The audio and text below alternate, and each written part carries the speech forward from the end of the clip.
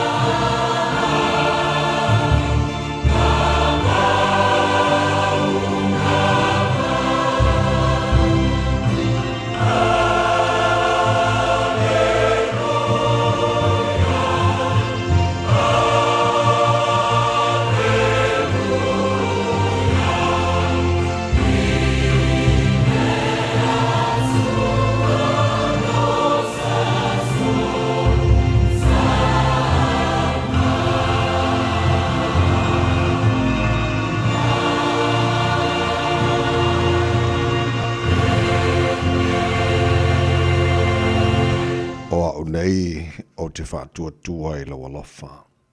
E fia lau loto i lau whaoratanga. O te pese atu i lele I a wāwanga le lei mai o ia. ia Taeao. Le ta mama manai. O mātua lausu le Taeao Malu au le Taeao sengi o la safaua e a mai. Le ise mea o le nei o langa e whaate e sei nei mātou mai la walofa. O le mea fo i lea mātou te leso le muli pe mātou te whiwai e pese au vi inga lo mātou tua.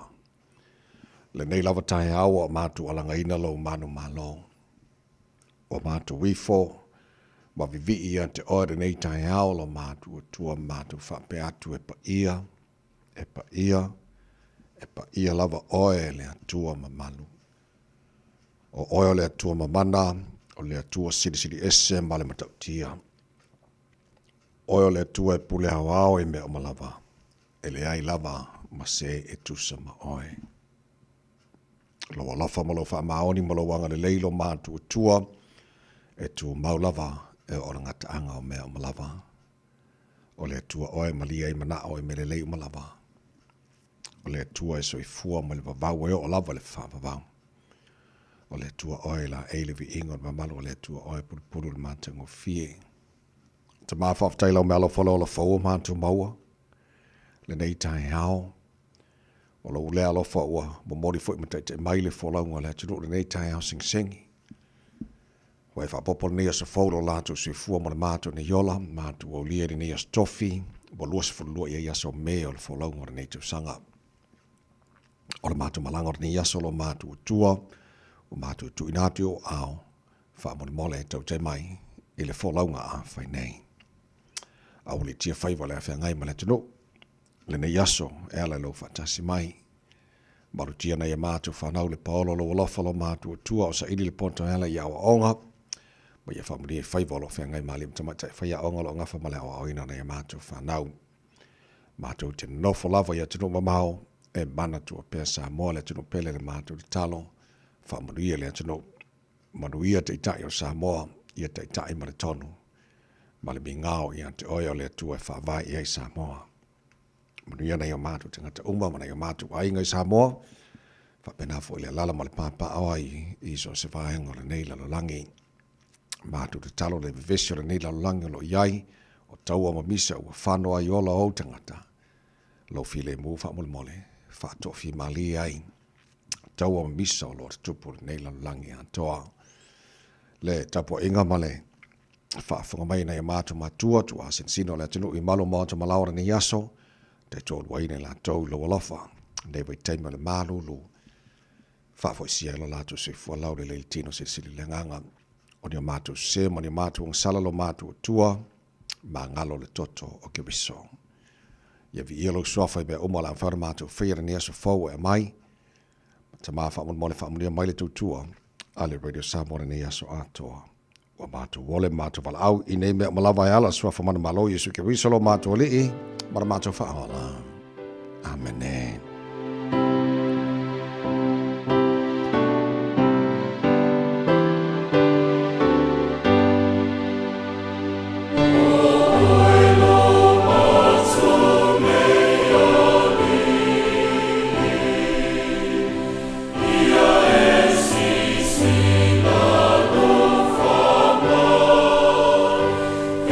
So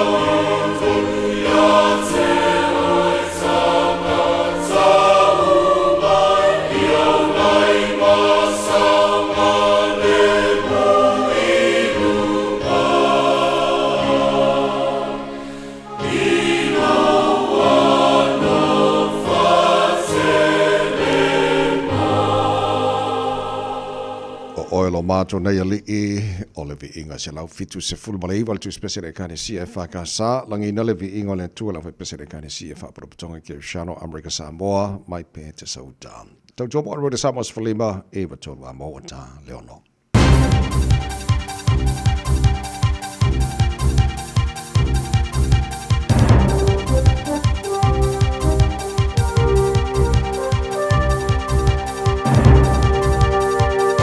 In this update, the iconic Auckland department store Smith & Co's says it's been hit with a perfect storm as it announces its closure.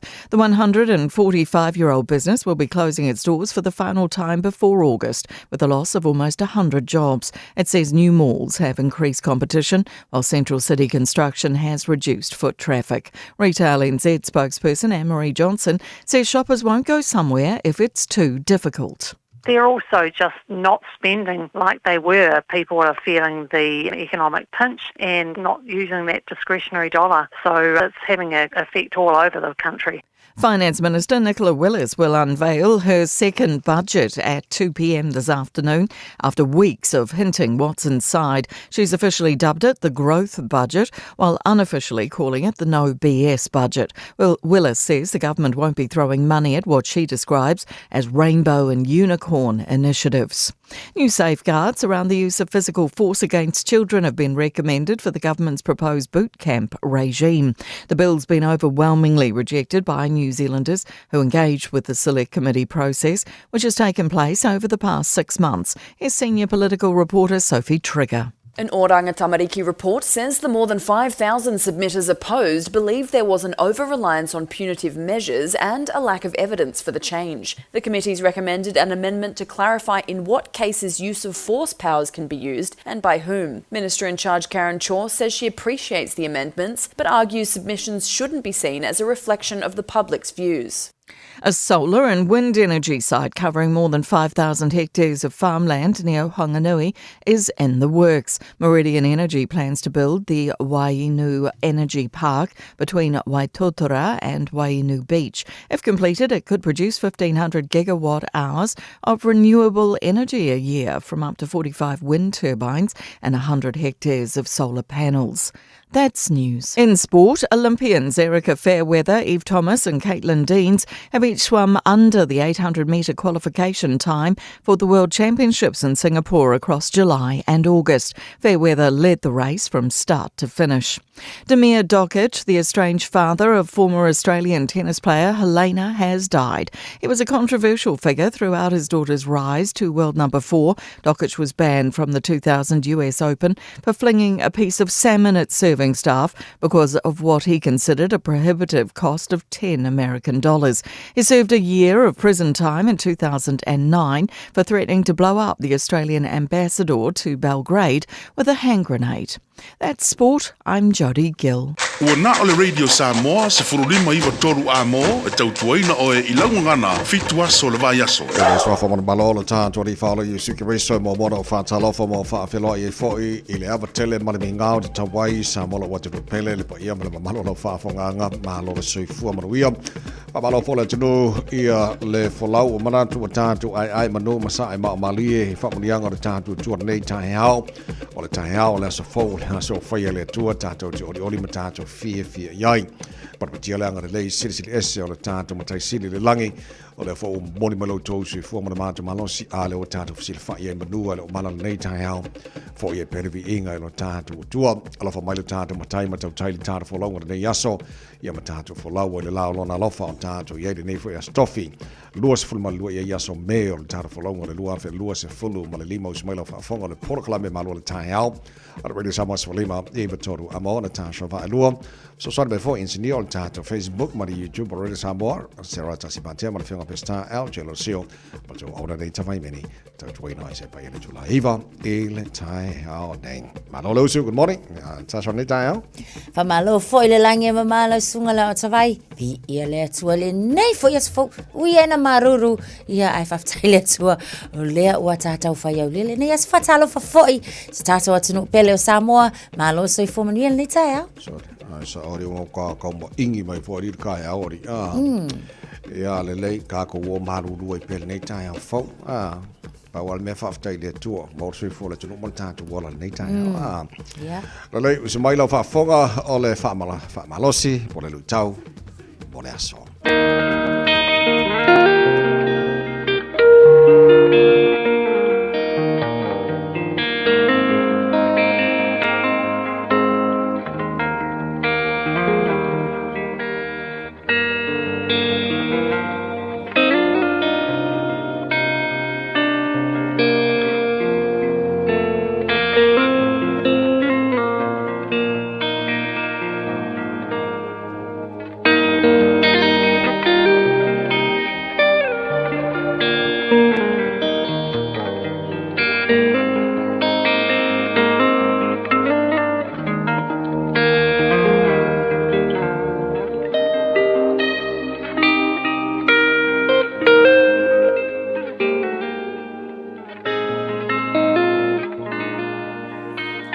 Tau mo le aso.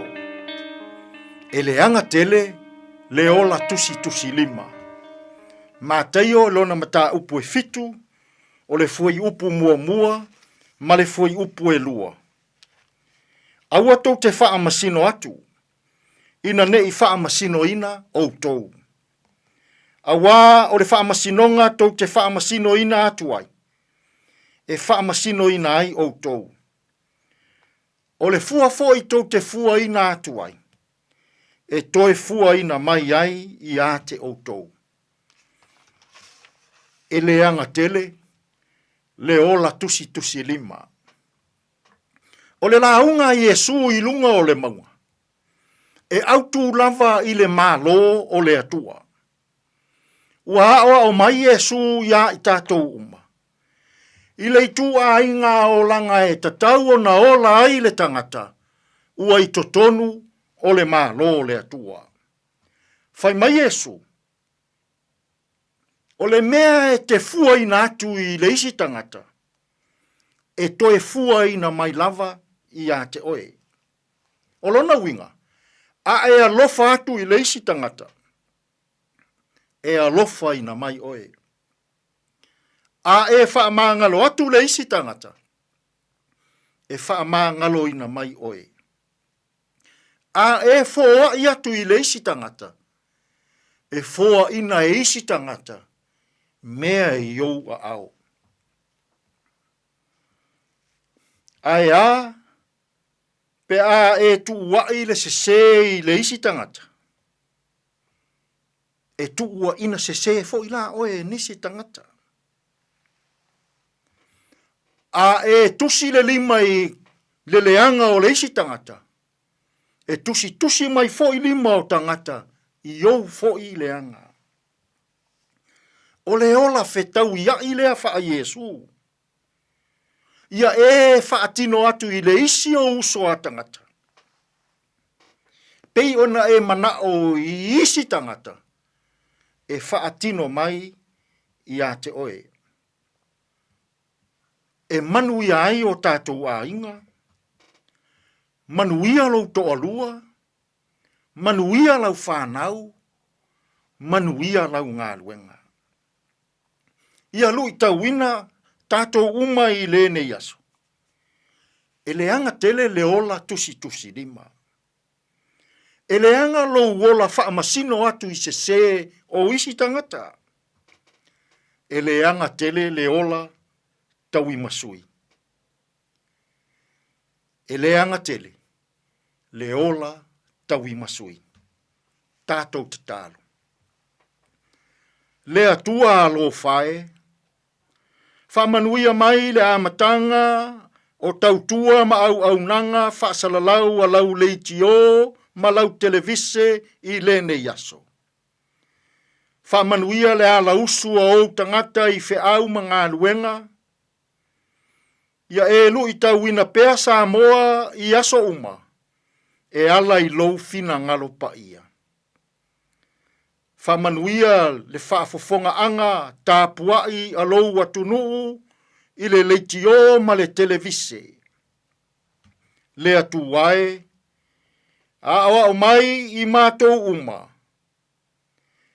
e le anga tele le ola tusi lima. lou lava suafa Iesu ua mātou tatalo atua i nei. Amene.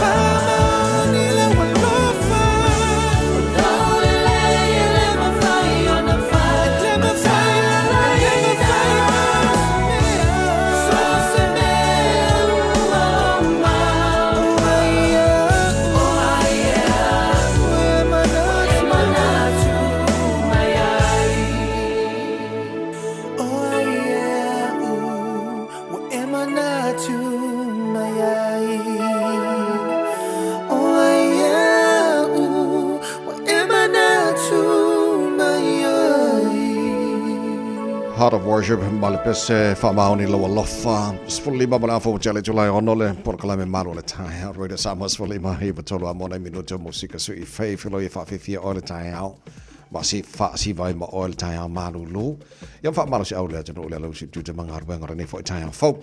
To quarter of the town, they only got to Avano, myself, Timey, what a town of Calame, I read to Lola Maya Pasta La Fine, Copper, Tato Malu Taeao for the Nangana. Born for your stuffy today in history tato by body minute to pull us for law may ele tell to sang of violate in fit to ele town if a portal folding on Protania Petan fit to tato Lame Amata for the now ne for Taeao I say one more tato by I don't want to one or ne for Taeao form. Talo whapta avale nei Taeao, malo le usu ma le manuia le nei fo i Taeao fou. Lungo le tatou awala le tatou ulua ili poti. Ia olo mai tau atu le na so longa le lei lava foi. Ia le amatanga o le nei fo i aso fou. Le o iaise whaalave lave tau ta avale. Ia le na foi lo kilia le lei uma tatou awala le nei taimi. Se vang nale vaenga leo le State Highway 1 ne amatatu i Penrose. Ia o na ngai atu ai lea a ngai atu i Ellerslie. O vaenga na o le naolo mai tawatu na wa amata na feo lolo I le taimi le nei o le Taeao o le isi o mai tawatu o le vaenga le anga I atu o Sunnynuk ia pasi aku ai Constellation Drive anga I atu Rosedale I lunga fo o le tato State Highway 1 paule na si vaenga le na fo I wa amata ia ona feo lolo mai le tele vavea e le nei taimi o le Taeao ni se vaenga uma lava le tato au wala aveta avale o lo Pretty Pineapple tato I le nei taimi o le Taeao manuia lo fainga malanga nis foi uma nava mahalo fa malosi pon po sul fitu menu te ai le tulai ono Malo soy fua o se fufonga Samoa Radio Samoa tasilima ivatolu amo se kia Radio Samoa Ua mawhai ona au ina atu le tala o le tau I aso taitasi ona o le lango mai a le Pacific Finance Limited. Telefoni o Varselau fitu whawha lua fitu. O le vainga amatala nei ele tala o le tau nei fo Taeao fo no whanga whasalonga Radio Samoa tama ki makaurau au Kilani ono lo ele malu lu nei vainga o le Taeao. Whaisima ingi fo o le Taeao lan tau. Winga o le tau le sola whasolona awa oe pua oa ni so taimi whasolona langi le lei. I le aso atoa se fumal fitu le mauru wana maru lufa ma wina mo au Kilani. O le nei fo yaso Taeao pe au dio le whasolona awa oa langi le lei li tau telo vainga o Kilani. Se ful valu mauru o le maru o le ea mo le aso Taeao le vainga yon tuatu. Whasolona awa oa langi le lei le asto nai. Awa oa langi le lei le aso sama na sunga fua pa au timu le aso lua ma na aso lulu le vaso fau. Ia pe atatu o lia o whakmamonga ia la wai tau hile nei fo I Taeao fo. Ua loa le tautua le Pacific Finance in no ngā tupe mo so se wha moe moe. Maliu, whai pui ponga, aso whanau, sa whai whai ngā balononga, ba so se wha lawe. Apa laine lo le pacificfinance.co.nz. Pe wala au le oval se lau fitu whawha, lua fitu. E talo sanga sauna no ngā tupe I le bao le 5 se lau tala, ma le lua se furu hawhi tala. E lua minute whai lau talo sanga online, www.pacificfinance.co.nz. Ai tasi le tu lai whatali e se tali. E iai inga whapitoa. Pala au lo le Pacific Finance Limited. Ile oval se lau fitu whawha, lua fitu. Oval se lau fitu whawha, lua fitu. Pumala iwa lo challenge lai ono kolisa le fifi mangaloa ma mua fasini a wha po wao tala ina wha fifianga rida Samoa nei Taeao Malu le tunu anga I tute mangar wenga le Taeao malo le wha malo losi o le wha ka fiki le wala fora vai aso. Awangi ere usuru kai au wha mone mone usu maru e pea. Maru inga ka kore se nengi ma ria whai wane aso pesele moe.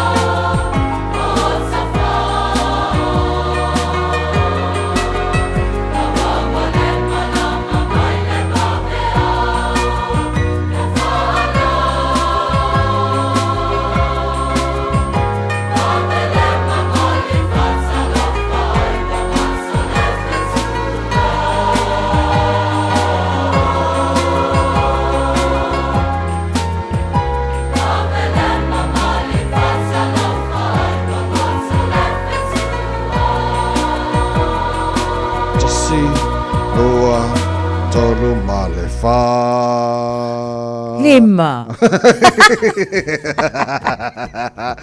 Lua se full mal fala o tele July ono holo fa fonga le proclame Malu le Taeao radio Samoa se foni mai tolu amo fa ftaile tunu o le ua fa fela in fa tala fa mai lungo tanto Facebook ma YouTube radio Samoa le Taeao fo lo lava fa ftaile fa te mai fa tala fa mai o lo to fela mai mal fa tala fa mai o ma ko fa ia fa maru se au fo ile ngai kai Malu lu o walto tuino le tunu a lo te titilo atu se o papa ia tua to tele nei vanga e fa fonga mai o ile la mo le kanisia fa ka sa Malua ya fa ngai mal fon tele le kanisia ma ta o se man ma lo la fa tai le fa tis mai lo fa tu le tai ma ia na ia so to foi ya fon tele le kanisia le foi tu sanga i lo na la mo ai Malua e ti tasi limo like la stete ke lo maruru ke foi la stete pe ia ke va vai atu ela o America le ngo ki lo ngai o fa tala fa mai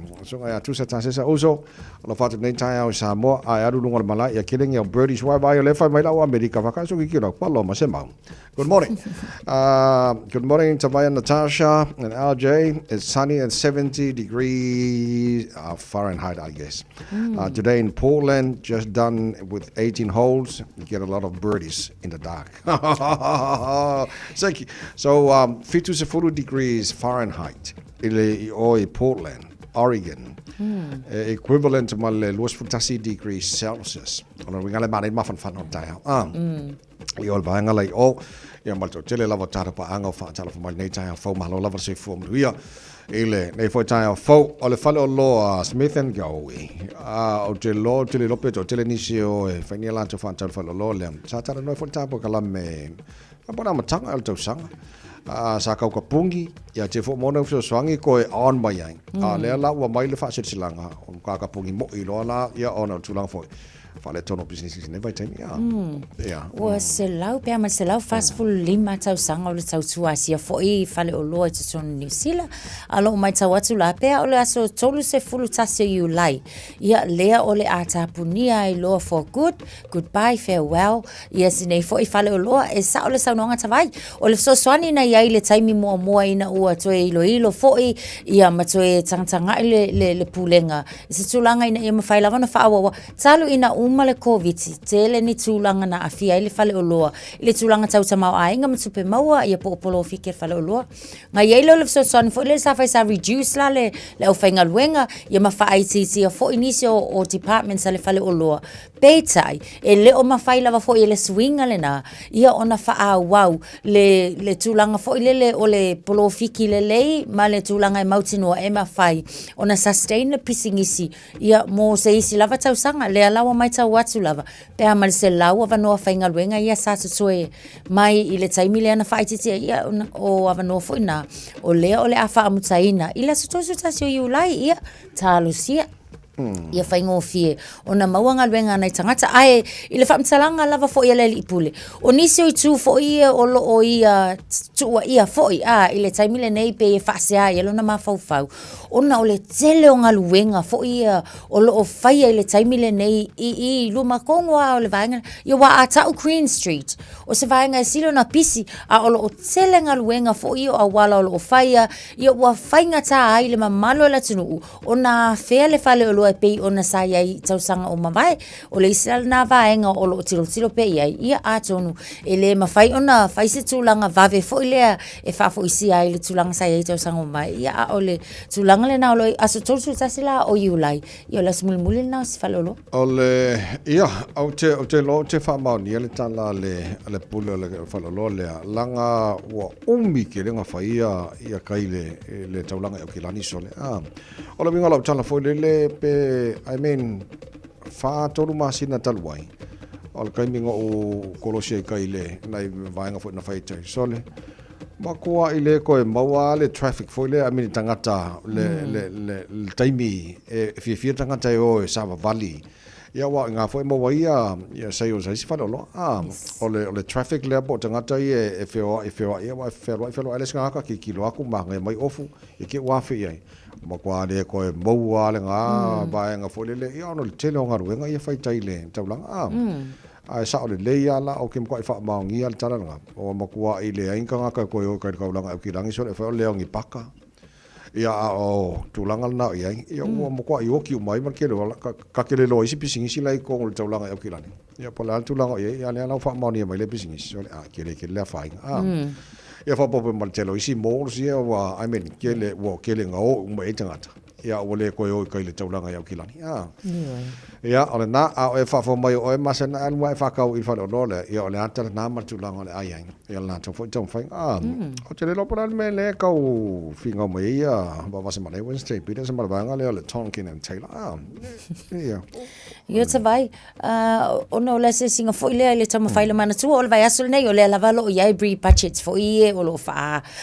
lawi loa ia emtanga luenga se mai se fo minister se ole la sa ia le fa le nga le po le fa sala nga fo ile fa lawi loa ina ole ono se fulu miliona tala le o toi fa matu ia mo le fainga lava o awala ia tato rail networks ia o tasil na vaenga o paketi feitsai o lo yeise sa yeise la se tanga fainga luenga fo ile o le ta wa fo o le neitala o no tanga fainga luenga ile tama fai fo ile kaimiol kalinga fisilia ale afionga fo ia va vasa ia male public fo ile press leana na fa tau wina o le tanga fainga luenga la pe ona eta o ta vai ina le Tonkin and Taylor o ia se pisingisi fo ilea insingia o ila tau e ngā lulue lava fo i lungo a wala ma vaenga va pena langa ofulonga ofu to ninga ia ai e lava la le tulanga fo ina le ia tātou New Zealand nei ia lau oea ia tatau e whaahali ia lau oe manatu po le ia lava lau oe ia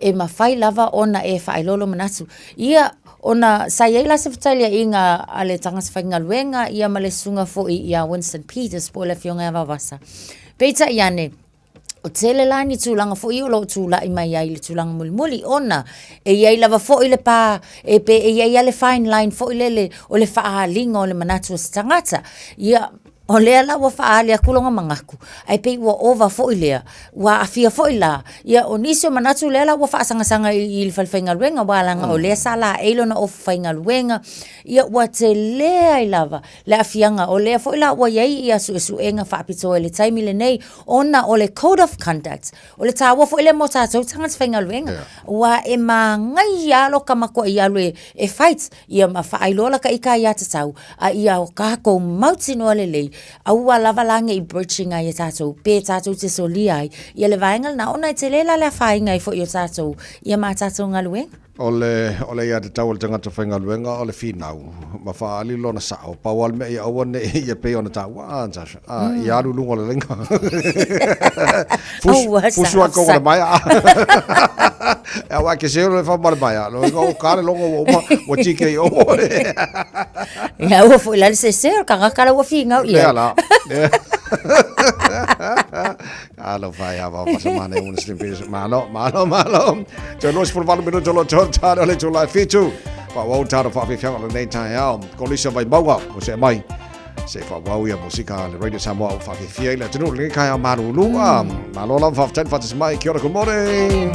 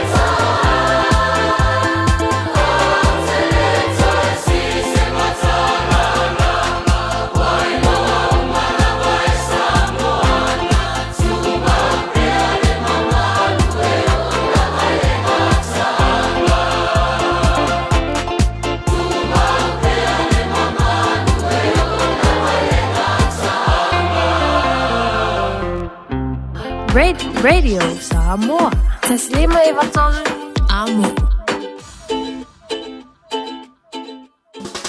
O i sauni malanga I Samoa, manatua lole mana rentals, e maua so se ta'avale e te fili mai ai, e tusa ai malu manao, e mawhaiona pikila ta'avale I le malewa lele I whaleolo po o whangalii, whapealo tātou ofisa au tui ala fua, pe mawoli atu fo I le whaletali malo o loo e whamautu ai ngā whaabitoa, lo I le tātou insurance cover e te fili mai ai, ina rei tupu se whaalawelawe ai o loo iai le puipuinga, manatua lo iai le tātou account I New Zealand, pe lafo sa fo I le moana rentals e whaonga ai le Pacific Easy pe whaonga fo I lau credit card e whaatino ai le tongi ina o lo sa. Monisi whaongtalanga wala au le Pacific Easy I le ovalu se lau o tasi ono. Ponu mera masani au kilani o le lua fitu ono fitu iwa fitu wha, po le lua fitu ono fitu iwa valu wha. Matalo sanga e transfer o e I le moana, pe asiasiane I le Facebook a le Moana Rentals po le tanto upenga te wha ilangi o le moanarentals.com. Moana Rentals o lau paanga e taitoloina oe a o e malanga asiasi I Samoa.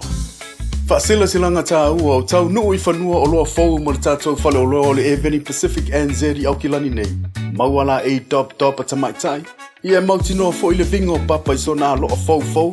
Susu mai le Eveni Pacific NZ store mai le asunga fua ngai le asto nai. Se fulu I le Taeao a ngai le ono le afiafi. So atusi Tasi John Coulter Drive, Auckland Airport. Whaafsa ngai tonu lava ma le KFC ma au tawhane o le warehouse. I le shopping centre le malai waalele. O fia whātau sau tāwale, po iei fwoi sau tāwale, o lo e mana o e whātau atu. O e mana o mia se insure, po o sino no ngā tupe tau tāwale. Whaafso taine lo le Kāneo. Tanga iane I le mātu pera te whailangi mō nisi whamtaranga kāneo.co.nz. O mo mia se fsoswani I lau whaitau tusi, po le ingilisi. Wa fo ina tunei I le life skills, po kalame o le intensive literacy, numeracy, and English language. E le eisi tutongi e fsoswani mo oi. E iai mātou wasenga o le foundation skills level 1. E whai fua fo ipo kalame o le adult community education, ACE. E fsoswani le filifilina o se wasenga tala whiangai, mo rou o langa a onga. Palau mai loa le o valu se lau, o lima lima. O valu se lau, o lima lima. Life skills made for life. So lua se fulu maltasi minu tolo tāne o le tula e fitu o tule o loa le whionga whamuina milo tole a fua tūlanga po o I le whai whaarifu makalo. Ai velal whaarifu anga moni mani whaamoni. Tala leo Malia Susana Lutui le whaafanga mai Los Angeles. Malu se fulu degree Fahrenheit, I think. That's 26 Celsius, 26, 27. Kwa vela asore. Ala o tele afa sutasi mo la to o ala fatu nei tai a formal to tele pa anga fa tala mai ino sia after miti tipi soli la fa mai California o ke la America ni ka hori la love of tai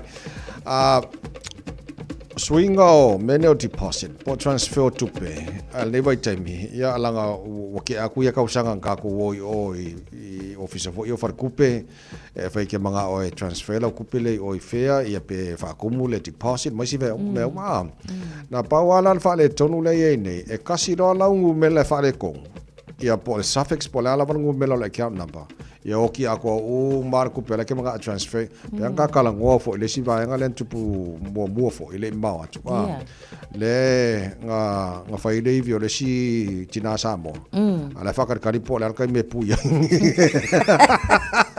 au ti lo mo fai tau le sta male na fai langa transfer e lua afe e kasi le ngumela langa account number nga misi e aru le bank account leska na pawalan me fa no na tasa la fai ka wa ku story wale ko e mawar ku pes ka malo le fa male bank sorry lo se follow ma ko ya me ne ka fo nga ile ta mal time fa nga ia va nga transfer ku pe ma io it's a vai o le fa auta utsa la vala le songa mo tato ile pe lua se lau kala pe valus futa la eta ua le mauti no le awa o le suffix sa te tau ona o o lima.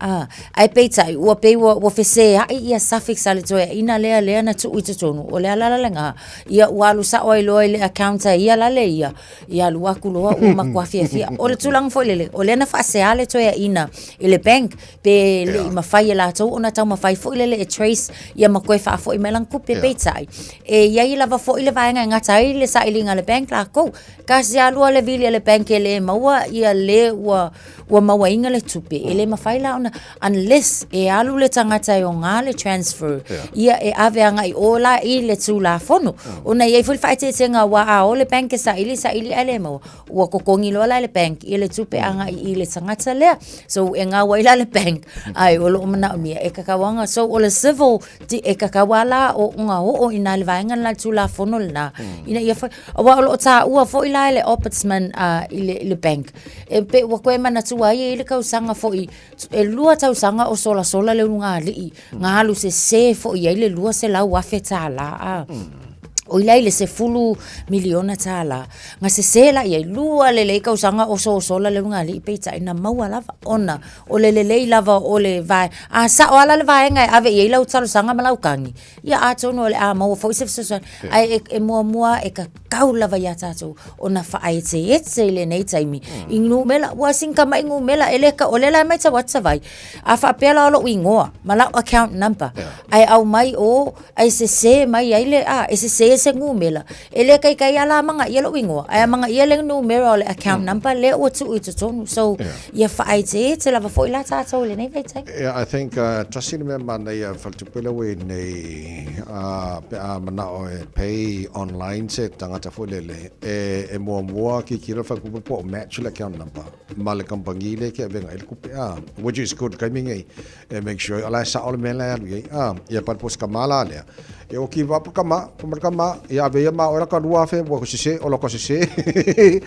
I mean ia wa ele lo pola le o me alo ku ri ngai va nga ko le o ko fa fo mo lan ku e pa wan mela ki ai la le ia au ke fai aku fo la le fo ia la ngai fia fai lua fe fai nga luenga suel mane count your blessings e vera lol fa di fule fa bunga fa di fu makalo ya mai lo marka ko elengi lea o malole lengi so mali ali pochi mai ngona walam so de mal tato po kala me recho le holo nei taia malo la so fu se mai fo ya ka ika pa ka weska elengi tata mei a beata vai ciao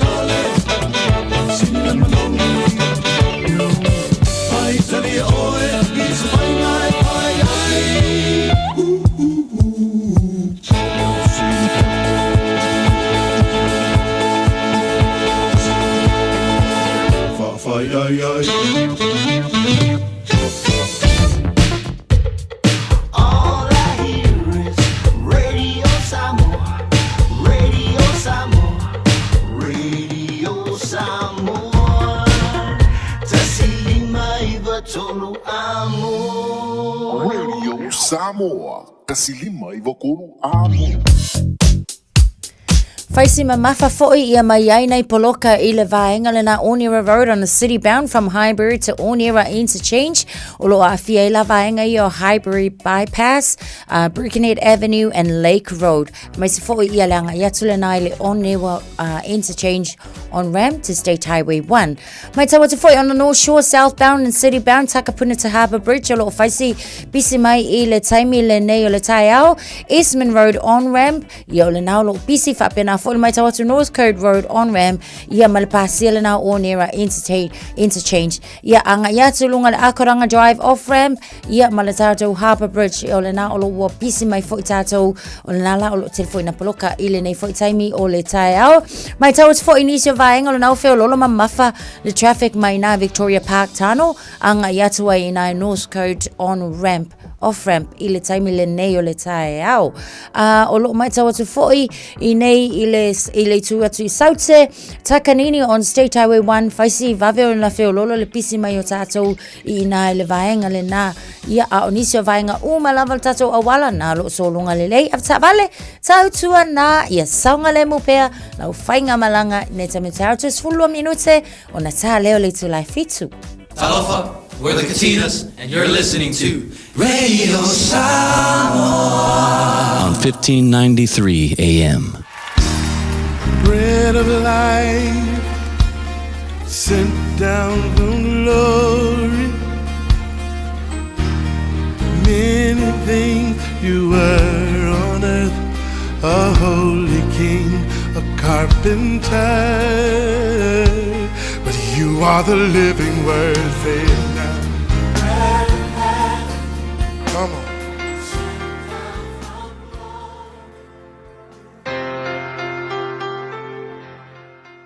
Talofa le tatou atunuu ia I le nei aso o te fiafia whawhiloa ia te oe mwhaina so tai mai ia whafonga mai tatou mata upo le a rito leola ia I le nei fo yaso o le mua Samuelu sfulu ono al whai upu mua e whapea ua whetalai mai ova ia Samuelu e te whanoa noa ia Saulo se ia a whea o le autu la o whautuina whapea aua le whanoa noa umi e le whasa e le tua ia le whanoa noa pe a whape ia ini mea tinga tātou te ui ai ia mai se fōi pe a iei se siwa maliu e pele ia te oe e whatanga e le tua ia le whanoa noa wan mea kanga whai le tua kakouroi mata si la fia le tua a kakou whangoa ngoa ia tātou te whetangisi o tātou roto e le ingi loi maka ai loa le whanoa noa loto ona o tātou loi mata whape nā fōi a Yesu fai mai na tangi Yesu fai upu le tu spa ia fai mai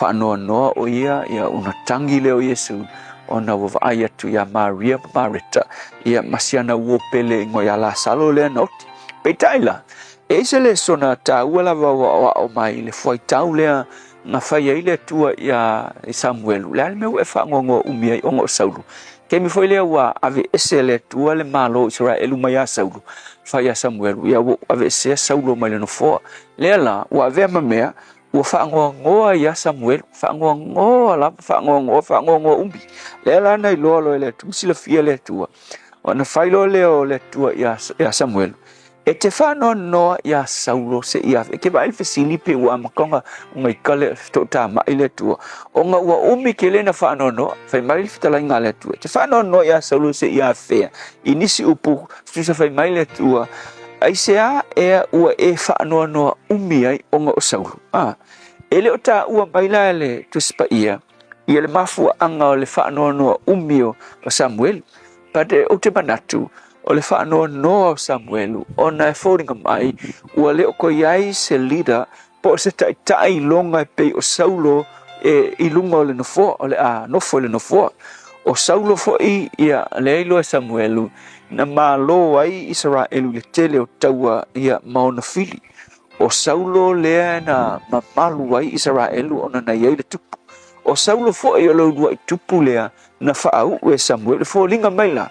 O le feio o Saulo, o le feio lava leo Samuel, lea la mea o tupu, ua whaanoa noa ai Samuel, ai o le whaalave lave, ua pū lea le whaanoa noa Samuelu, ona ua umi ke reng whaangongoa, o le umi lan whaanoa noa Samuelu, fōringa mai ai, ua le aiso na whaamoe moenga o tō iai, a wafo ke wa ai kunga, ua ngā ngofo Samuel, whaangoa ua umitel ma lea iaisa na ngaluenga ua le whai aia na ngaluenga masani ma tūlai ilunga e whai le whina ngalo le tua le langa whailo iai le tua sole Samuel ua lava ngā whaangoa mai whailo iai le tua whaatumu lau whanu ngifo il suau ua iai le isi tangata ua ufilfilia e replacing a Saulo le nga iai tā vita le nga suitu langa ia tā vita ia Saulo o le sona lamo o le asul nei a umi ona e whaanoa noa o le mea kupu ia te oe e o ona pūlea lo o langa e le whaanoa noa e o ina control e le whaanoa noa lo o langa e te le toe a ngā ia i luma le mea kupu e ke le koe a ngā i luma e i unga e le koe fia ngā lua i le mea masangi ngā lua ai ai sea ua whapūlou oe e le whaanoa noa o le upula mo o e le asul ngei, e le saa le whaanoa noa, a ia e whaikeke pea e whaangongoa, o no le whaanoa noa, a e le mawhainga pūlea lo whaangongoa, e o ngā pūlea lo e whaangongoa oe, o na le koe mawhai lea, o na e a ngai luma. Alelu in lei mo oe, a whai u e whaanoa noa, o no se tasi sa e whaangoe moe, ma e whaalango lango iai, ua whai langi le wala aunga, o le upu mo oe, ia, e le o maliu le tua lava lea nga fisoasoangi ia te oe ma vatul tangata nga ia ki oe fisoasoangi ia te oe a tonu wa maliu tangata nga pe ave esea fo tangata nga ma malanga isia tunu ue le koe fisoasoangi ia te oe a le lui mo oe a ue ki whaangongo umi o lo soifua le tua nga ki provide fo ile si tangata e siri aku lona fisoasoani mo oe le tua ave ese le whaanoa noa ise o whaanoa noa umi ai tu le wha moe ia te ia o Yesu. Amen.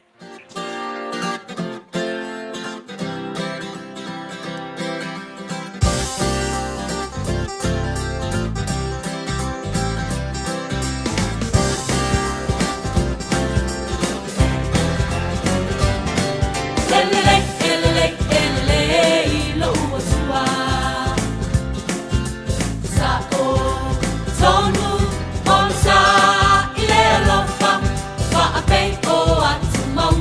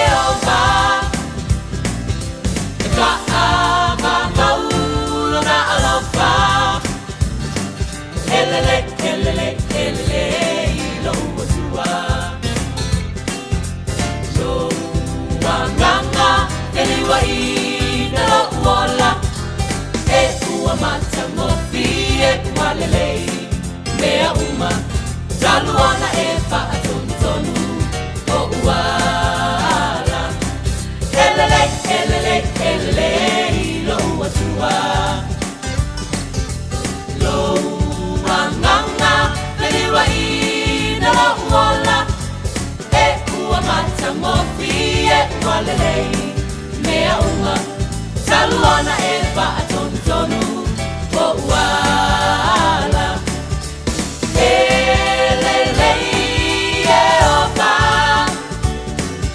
e whaavavaulona alofa e lelei e opa e whaavavaulona alofa e lelei e opa e whaavavaulona alofa e lelei e opa e whaavavaulona alofa Le ova fa vaulo na lo pese mala pese le peace chapel fa mai el proclame a reto ole ole nei Taeao to lo mino to lo talo le July fito la so se fulu male lua o me o ani mena tupu nei aso to sanga o mavai. Le so I le tausanga e tolu fitu na ulu wa e papati so ina ai e le whaatuatuanga Kirisiano le ulu wa e Roman Emperor Constantine the Great ona o le nafo I vaitaimi I lona tau mawhai e whaapena ona whaatupula ia le whaatuatuanga ma whaalau I loa le whaatuatuanga Kirisiano mai lava I lona taimi a o avea o ia matamata lavou I le tausanga e lua afe ma le whao tato I el nei vaitau talitalia o alonga le Super Rugby ia na manu malo ai Canberra I le la final le na ia ma le au le nei ale Crusaders so tausanga le na e lua afe ma le wha a le tausanga e lua afe ma le sfulfitu o sasa whaanoa noa I totonu foi o Manchester Arena I Engelani ona o se whaalavelave po o se suicide bomb na whaapena o na tupuai le whaalavelave maliwai le toa lua sfululua o tangata I le mai ai o le konsetia se tasi foi wa lawi lo musika Ariana Grande o nisi na va ainga I mentu tupule nei aso tausanga wa mavai Radio Samoa, tasilima iwa tonu amo.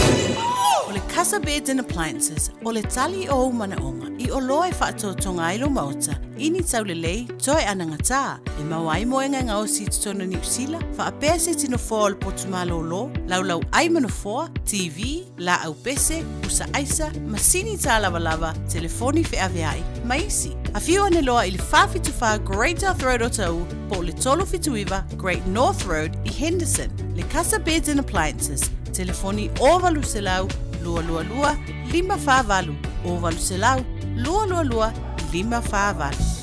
Whaasila silanga tā ua o tau nuu I whanua o loa fōu mo le tātou whale o loa o le Eveni Pacific NZ I Aukilani nei. Mauala e dop a tamaitai. Ia mautinoa fo I le vingo papa I sona loa fōu. Susu mai le Eveni Pacific NZ store mai le asonga fua ngai le asto nai. Se fulu I le Taeao ngai le ono le afiafi. So atusi tasi John Coulter Drive Auckland Airport. Whaafsa ngai tonu lava ma le KFC ma au tawhane o le warehouse. I le shopping centre le malai vaalele. Hey, don't be that guy. Or that auntie. Ignoring a sore throat. This isn't just some drinks and lemon tea in your sweet situation. Untreated sore throats can lead to rheumatic fever. Nobody wants that for their family, eh? Go get your Pepe's sore throats checked at your GP, school nurse, or pharmacy. It's quick, easy, and most importantly, free. So come on, whānau. This summer, take care of your tamariki. Get it checked and get it treated. For more info, hit us up on socials at Stop Sore Throats or visit stopsorethroats.nz. Talofa o au waleni o se Electrical Inspector Samoa, tolsu 5 tausanga o tautua ma o resta leina fo I mole waina o lo mauta, falsam fatwhainga luenga, whapeli pe ina o vaivela ma o ngā umu. Walau mai lo waleni o Amos Electrical I le olua fitu, lua no tolu ono fitu ono lua, olua fitu, lua no tolu ono fitu ono lua. Hey, hey! Oh!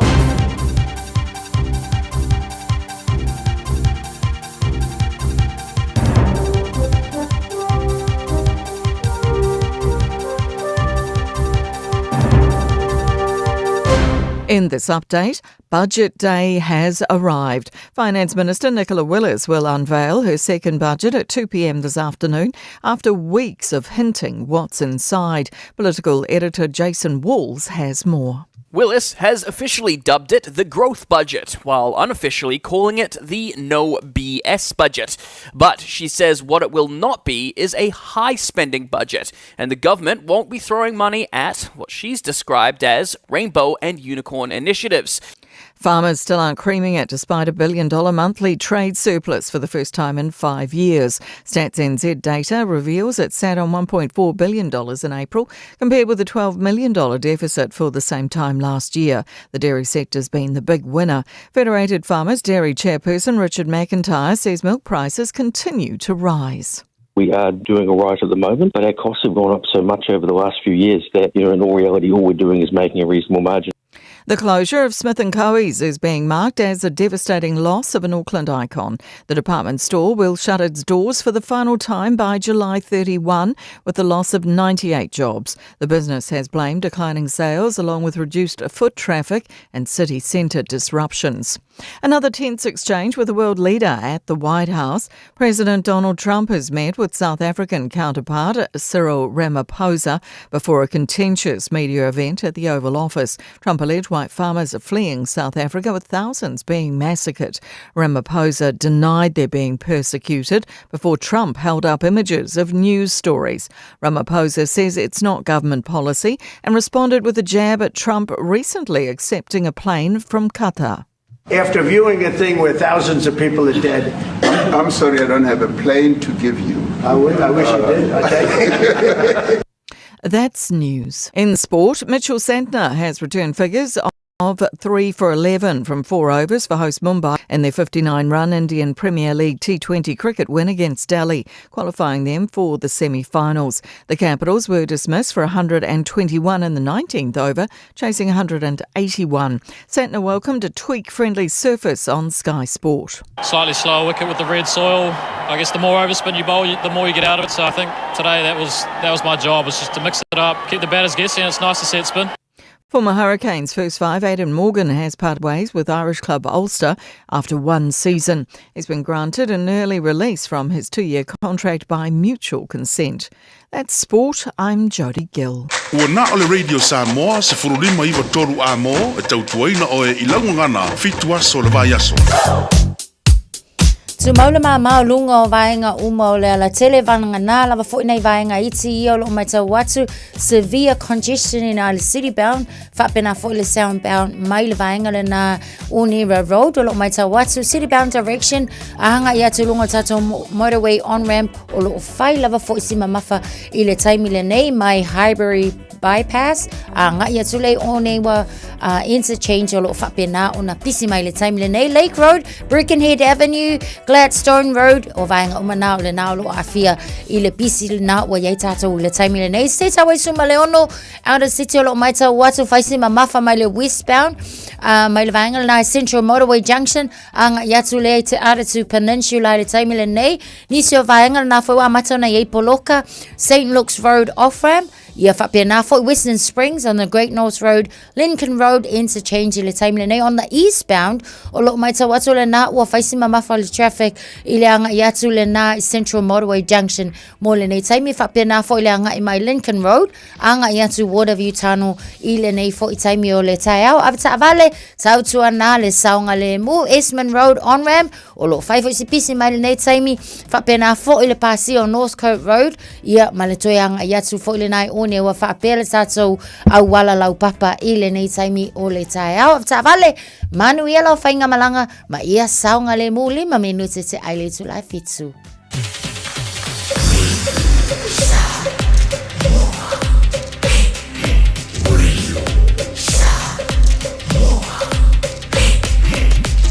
Tasili moi votu, amo. Ua mawhai ana au ina atu le tala o le tau Iaso Taitasi ona o le langolango mai a le Pacific Finance Limited. Telefoni o Varselau fitu whawha lua lua fitu. O lenga mana whenga le Pacific Finance ma lo whaftai tō whalo longa mwhaina au ina atu le tala o le tau Radio Samoa manu i o tō whaiwara nei aso alba inga la tamale nei le tala o le tau Samoa lau te wawai atu lua sifutasi. Olo ia le mawhanwhana pole vevela le e Samoa nei vanga o le Taeao alo te wawai atu e awa pa utimu Samoa I le nevanga o le Taeao o winga na o le tau I Samoa nei aso atoa. Wala matenen awa pa utimu ini se vai ngona tunu ile so tolu se fumo tasi hem faino ile maurunga le vevela le esa mo le so luas fumo lima I lona mawalalo te fata fatu dara baklame pa uma ale maru le Taeao yo olo fa fo mai Samoa malo lava se fo maria le ne yaso taru tala mai Samoa fa fiti fo ina tala mai Samoa ne va so pe atali tu la e balu e le Taeao nei se bali tala tau I New Zealand nei lava ya tu I le motu I saute Nelson hala fa son lang de lele tau se fitu mo lunga Malu lu kai Cora se lima mo lunga Malu lu lang de lele tau mo tau le so Vavaia tu ni le tele vaenga Queenstown ma fo sulu le la le yaso se fa mo lunga Malu le so timaru lang de le fo se fu lo mo lunga Malu wana ka lang de le se fa mo lunga Malu le so the Dunedin la fa so lang de le tau se fitu mo lunga Malu fa ma wina mo ne fo yaso le ai fo ngala au karai stete good morning ma ro se fo mo le yaso lang de le e puo ni so time nei de Taeao Yangi Maria Marsavidi mai matu si sifo lima malunga maru fa mawina mo kana stete ile ne stofi taro baba ayatu il motu matu pi tola vai lunga ni sila kai taia sifuriva malunga malu le ea ile so lang le le tau awa ni so taimi le lawua Wellington good morning malo lava se fo manuia ana fa soron awa lang le tau le so yangi Maria Marsavidi mai matu ile awa uli sifulima Alon maulunga na em fano il maru fa mawina mo Wellington le yaso o te vava ya tole amane sura lai tauranga sifu fitu marunga malu le so tau polang le for the tau sifu toru marunga malu ro toru lang le for the tau sifu lima marunga malu le so fa soron awa le tau jelabanga Palmerston North awa fa le tau New Plymouth lang le Napier lang le Masterton le so fa solo in lang le Hastings ma nei fo lang de le tau Gisborne kiri ro Hamilton lang de le tau mo to le source for lima o mo lunga maru lu fa mo wina mo kiri lo I le nei fo yaso tama ki makauro au kilani no fanga fa salonga radio Samoa ono lo ile maru lu I le nei vanga de Taeao o lo tu mo pong sala fa fo le I o la mo suru mai la au pole ele po pesengu winga le tau au kilani la tu mo au lang de le tau ile so se fo mar fitu mo lunga maru lu fa mo wina mo au kilani ne so Taeao pe audio la fasoron awa lang de leis fulvalu mo lunga maru le Taeao fasoron awa lang de leila sto na imala sa mara so fu pa ultimo le so lu mara so lulu fasoron mara ya pe ata to go dire lo fo le to fa bo bona la vai tau ne vanga le Taeao le tunu ala pa au ni se vanga la langi le tunu lo mo ya le tau mo tau le ne so fo ta to go dire Ua loa le tautua le Pacific Finance in nonga tupe mo so se wha moe moe. Maliu, whai puiponga, aso whanau, sa whai whainga malolonga, ba so se wha lawe lawe. Apa laine lo le pacificfinance.co.nz. Pea bala au le oval se lau fitu whawha, lua fitu. E talo sanga sauna nonga tupe ile bao le 5 se lau tala, ma le lua se furu hawhi tala. E lua minute whai lau talo sanga online, www.pacificfinance.co.nz. Ai tasi le tu lai whatali e se tali. E ai inga whabitoa. Bala au lo le Pacific Finance Limited ile oval se lau fitu fafa lua fitu oval se lau fitu fafa lua fitu Manata mo niel le Taeao le lofa malanga le o tana matai le langi le tunu malau mai mo malau fa mai le porkala me maru le Taeao ale radio Samoa fa mo fo o fa start puti le Taeao se fa mo le yese e fa mano losti e fa ka ko puki o Taeao manga ia nga ka fa ko ai maru ru Taeao mo tatou o le maru ru tanto ale manga ia mafanga vanga le o Amerika ya wa le fa mai lai e bar Taeao lo o mo ka nga poro le siva nga do su kasile il mafana dos furongo le siva nga o ka ia mu ia foi oko ya nge ya mo ke maru ru inga nge ko ya le lei fa sta tu piti mana ye ka o fa ke le maru ru Taeao le lei ya fo ing ai le tala no ta alonga le fa upum fa sa mo isor ka alonga siring fa var vale wala ki kira wa kenzo ai le ai si te me ata fai tau I inga leo fai e pe ka fasidia lo ka ma fo ole me ali o train le leo I me ka nga fai a me sia pa voli le vinka nga ka foi pe ave o official leo ia pe ave o fa masingo ora ka kala le ko kilo ku nga sola ese maleo sa aula fa sa moi no lenga fa Britania an officer was walking the 36-year-old to a police vehicle before aule sola La fa uma kul fa Samoa. Ole la ke ngofo mo fa Samoa fa pe. Ole me ngalu leo aber ka le ngai or ka leo yo pe apo fela o ve ai sola. Ai sola la wo fiu su la o mar ka mingo le ale mo. So o ke fo de ko nga sola ni ala fa mo la wa handcuff lo vinga la lo ka di mo. Ai soli. Ole me. Ke fo. Empese leo fe vale nga. Soli. Ngai Waikato Road. I vai ngale Gisborne. Ia ma ole leo mai na ile mtanga luenga leo I Gisborne lenga lue. Ai ole tulanga fo ngale ona ole fo eta mai ta watu ile isi tu watu le tala. Pe ye ni afianga pe ole kulanga ole popole kele. O ngai ye ni afianga fo I ile tu taulo na mafau. Le o sola. A kongu ole nga sola ai fai mai pe ala nga sola kuisesi ko nga vao. Olona winga. A tonu fo yo mafau leo ia. Ilona saunga le mu safety first. Ia au ke ofo pe fa fea. Onga longo winga ole makwa I le al afeleki ale nga handcuff male sawa ole mafai onga ia afa pe ke fu fa pe to sa se leo nga lue au mai le tangata le wa te saula va na o tai to alua pe afa pe o se tulanga fa pe na vili mai le address ia nga wakula ia le afa pe la o to in tulanga fo I o te sawa ona handcuff wa le ke handcuff pa pe kula mo fongofo lona winga ola sa ia se tulanga fa le tonu handcuff Ale sa vali me au mai ave. Okay, ofo sole. Kongu ala sorry. Ia le ole tala le na e o mangi kai mi ala su le le lopo pe o ye ai pe o na po le ona pe ni vai ngolona so fo maloro ina le anto to polan vai mo so wo fo di ma saro ga ka le ka mo se la mi ia pa fo le mo le o so ke ofo la vata ia ia vili tasi pe ake wa o Sunny Kennedy le ngoa o taule ale o su ia makwa o fa ia tavai ia o Constable Sonny Malau le ngalu e o maleo so ngakei vai fa le so okay a mo so okay o le miro kaninga sare ole ta longa le run it straight ia po le makwa ia ru sao ia ole ke kilo aku wa kenso event se lui au kilani ona ele papo le nga mal fa jitenga e pe ia le ese sango le mo ka alo le ko nga ka alo nga pe aka ki e ka ma le ngor ka alo nga le ko nga fa tino nga e fa ki ngore ko nga ka alo fa pe ari kile lo po ele vale nga ese vale fa kai Ava ai me o tau mawhai atu le community matangata ia whai atu langa fo ia e whaafifi le mua ai ma ai whangi koe ngā ka alonga whaapea ia wā e ke lengo matamata e ta alonga whaapea fo isi atu nu e whaakaungu mai isi ole makua ka ilo ia ipo ama whauwhaunga o tangata ai pe o kulang whangale ole alu ka waso ia ipo le alu mo I ingi ia wā ele aingi pā pui whaingale a whaapea ngai lau ta alonga ole fusuanga wa o la vai tu pa mai tai ma fa fine ise tu nu e fai le ka alonga fa pe a lo kai kala ye a mesi ye fa fetai onga o le o lo ye ni se o la to lo ma fainga advocates be ma fai ona fautu aina ye pulenga o nei ta alonga fa pe nei ina ia utangia lava le saunga le mu safety le memo mole na e te sau lava ona utangia le la wa lai ona le to e ai sa fa pe ka fai I mangele se va ai se ka ngai fu ka ko ai Williams Park I mangele le na fa pe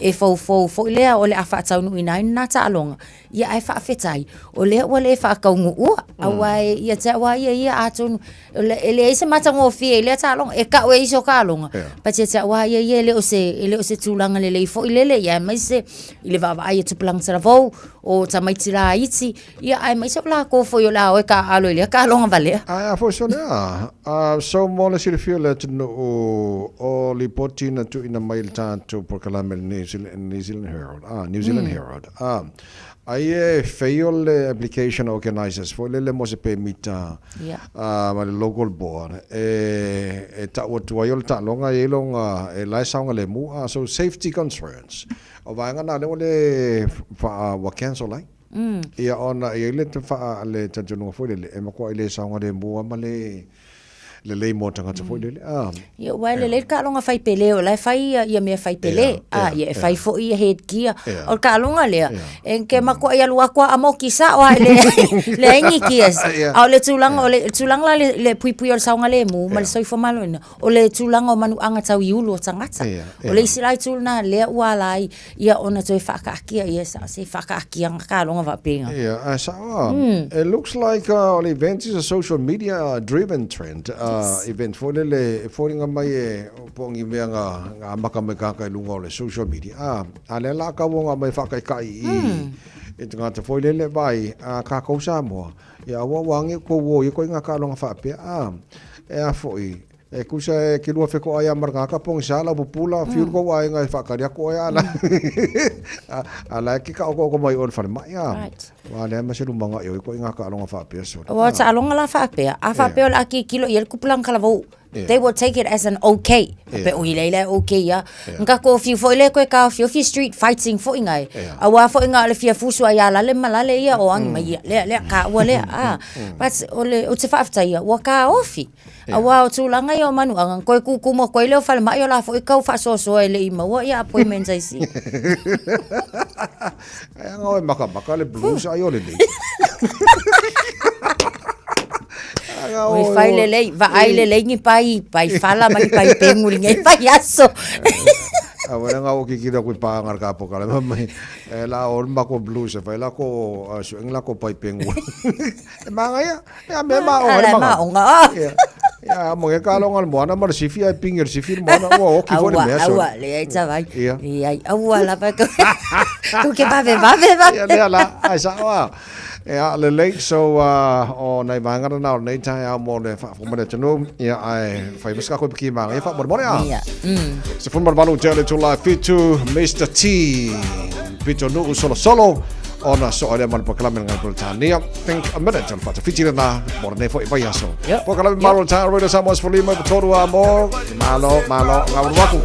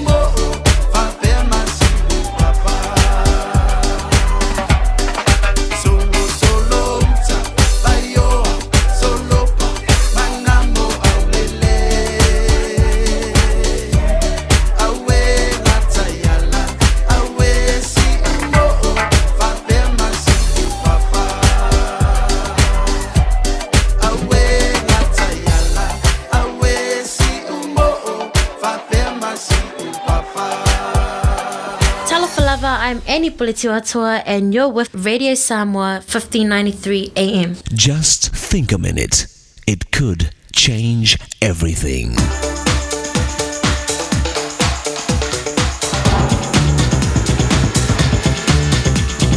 Think a minute. This is a true story about a famous woman.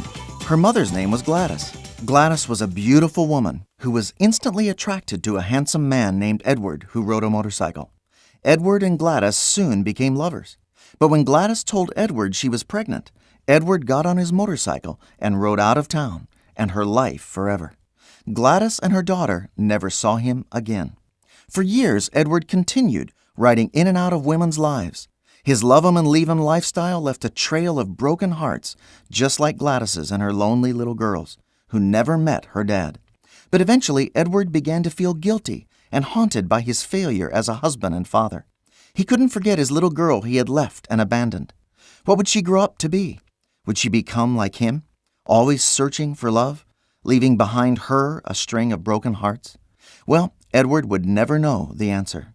One day while he was riding out of another woman's life on his motorcycle, Edward had a head-on collision with a car and was killed. His motorcycle was shattered in pieces. He was buried in a simple, poor man's grave, almost totally forgotten, even though he was the father of the most famous movie star in the world then, and now a Hollywood legend. You see, even after Edward was dead and gone, his trail of broken hearts would keep going on through his lonely little girl.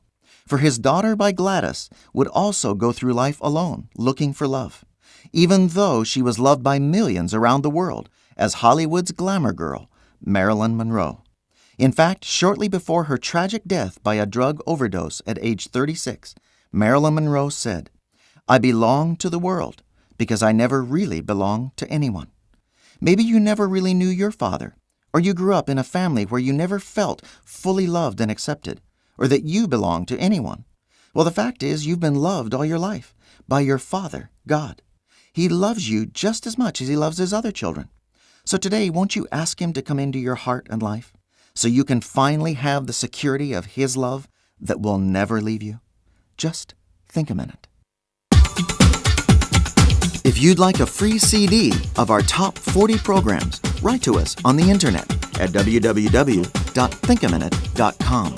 And catch us tomorrow at this same time when we stop and think a minute.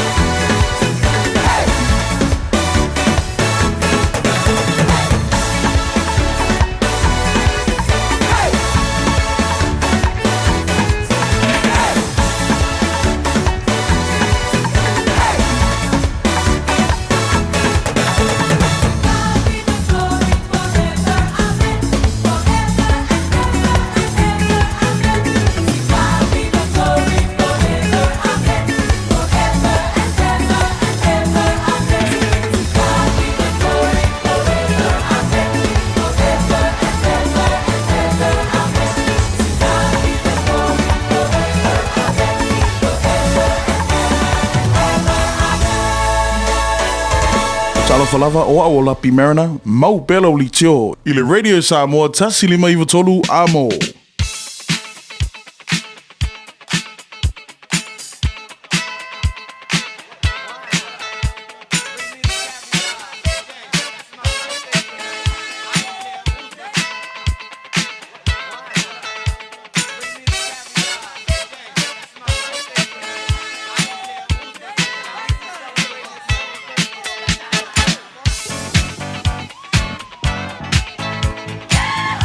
Whawhatonu o le July Fitu o le taimi o whamurianga o Swhanau mo le nea stofi le aso lua se fulu ma le lua o me a ma whai o nea whangaina le telefoni mo mo le se whamurianga o Swhanau le Taeao tolu fitu tasili mai wa tolu nau matala mo o le nei fwoi Taeao whaono mo whaina mano le tātou emaili On air at radiosamoa.co.nz. e ma whai whanwhanga le tātou Facebook ma le YouTube o le Samoa a wala mana whaina o mai la whamurianga le fwoi Taeao whoma Taeao marulu ea ta mata mai lo pito whamon mone Ia, le leita vai o lo wa iei tātou whamanianga I lunga o le emaili whamanianga me a seu kaisala. Lo wanganga e whamanua tuia I a io vai le nei Taeao ua atoa ai e le tuangane I a sina pati kaisala le 50 le nei o na tausanga. Lau tatalo I le atua ia fōa I pēa ia te oe le malosi ma le poto ma ia pui pēa ia te oe sa o se mea e te alu I ai ma wha manuia ia te oe sa o se mea e te whaia. Happy Silver Jubilee, bro. Thank you for all you do for our family and our Waimonli Church. Alofa to you from your Auntie Paulina Apulu Kaisala and kids from Riwa, Apulu Maalo, Nive, Pene Tulili, Victoria, Alaisa, the Minions, George, Mamoe, Telesia, Nive, Francis, Konia, Noah, Dallas, and Marcus. Hugs and kisses from your faves, Seu and Prince Penny. Le va amalo si fo manui Ja, Taeao manuia lo songa tawai. Ja, o whaftaila mo le avanoa, whamandangan le ave o Brisbane, I Australia, se o Finpele o Lausa, Mary Sina Niule Sa. Lausa, ave lo wola ia onga, e tau vivi ia te oe. O ulau ngutu ia onga, e tala ina ia whiau. Manuia tele lo waso whanau. Anga lelei pēr le tua, ia toi maua ni sia se tele whape nei tātou te mafuta ai. Alo whaanga lo tuangane matua ia le whale niu le sā. Lo uso ia le waa e niu le sā. Tapunuu, ma Jason, ma sia la whanau. O Esther, on le tamau le vale o te saia el tosi and baby kepi ela. Ai whasiri sili ai alo whaanga lo tamau le waa niu le sa. To anga le sumba male Jim. Plus the choir practice. God bless you. Whaktai lava tawai molo o avanoa. Manuia leso. Te lava le waa manuia fōre nei Taeao fō Farosa malosi fua. Ja, so fua manuia I lau sunga le awa o whapea whaila wa se rua. Ia, o whaptai mo le avanoa ai mo le atua alo whaanga tele la vai se o atali I le o atua nei lona sfulu iwa ta sang. Ia, TJ Wale so o Messi, teo filo se o mantafa, ia, ia lava le atua e fo ilon vi inga ia te ia. Ono nei tau sanga I tele wa ia ulia. Ia o sita mai titi e le mu po I toe lo anga I whainga luenga ia ai whaftai tele lava mo nei tau sanga wa ia ulia. Ono le tau singa alo whale atua ia I maua mātua wafo le whainga mai o ia si o mai nei tau sanga ia o le whaftai tele le atua a whaftai tele lava mo alo whaanga le nei aso le tio ua whaawa waima pasalau ina ine alo whaanga mo ia io alo whaanga ia mai a maua mātua whapea fo ia na siblings nei o Tara ia whaftai tele lava tawai mo le avanoa vi ia I su. Amen. Manuia na nei Taeao talo whafolosi. Ia, tāra whatawai o whamanuianga nei mo le se o wherengi leo kauwhao. Fiu I mangere a kongelonga malu school whakautanga. Ia koe whamanuianga mo silo makua. Ia whamanguia le koe loa whangau kauwhao. Ia mawangi si aso se kere moro o langa wa kaukua ingo kako e kalesia. Ia whamanuia le atua loa whanau nei whaktai lawa tawai. Whaptai mo rin for nei Taeao pia talofa. Talofa.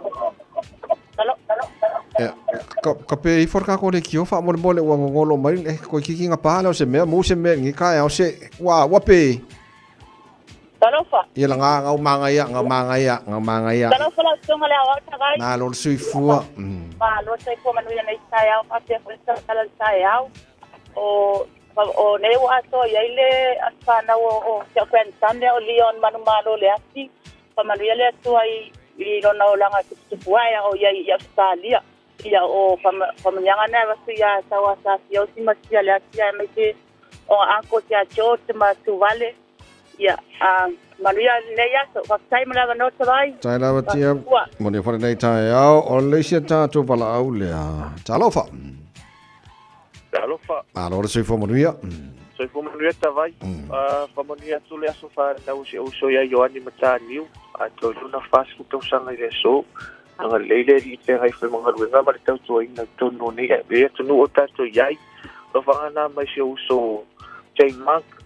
Tawai. Si la fia la usunga le vai asonne. E sa si lo si. Ia. Ai le o ai fari. Ai sa si lo mo ana. Uso mo ni tai. E mo mo ana I piko le aso ia le ka ko woi fa penga. Ona I famlianga la pito ata. Io e tawai. O lo ia le famlianga fo ilunga tato email mai a Sarah Patea. Whamanianga mo le asa soifua le tamapele ia la ululoli February toa. Manui e tela lo asa soifua, whaaftai le toa waulia mai lo fitus fulima tau sanga I le aso. Ia sanga whaau pōpoi le tua ni si asa se tele, tātou te mafuta ai. Whaaftai mo lau tau singa ia I mātou le whanau, vi ia le alii. Happy birthday, Dad. We love you. See you after work. Alofa anga mai au grandchildren, Niari, Riala, Harima, Zebora, Yafeta, and Lassa. Ai mai se o lato mātua, bese tā Februari and leutu. Ia matai mā lia au tasi masala.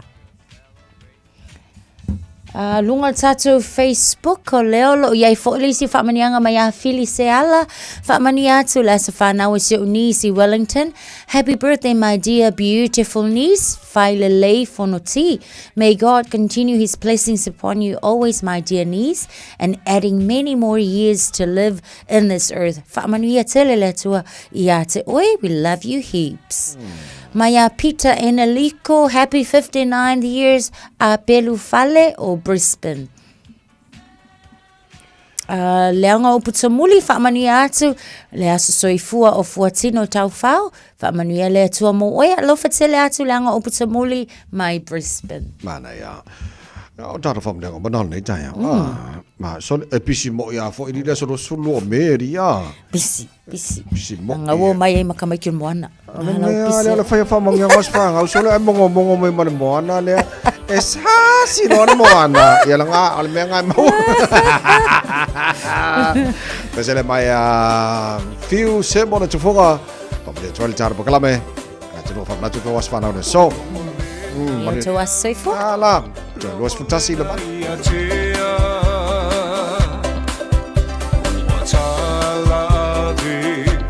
Matangi lea o ina le manongi o funga lao e o le whaaya e Samoa o tama whanau nei ti o le toia ina pepo a patita oto ilo nalo sa tausi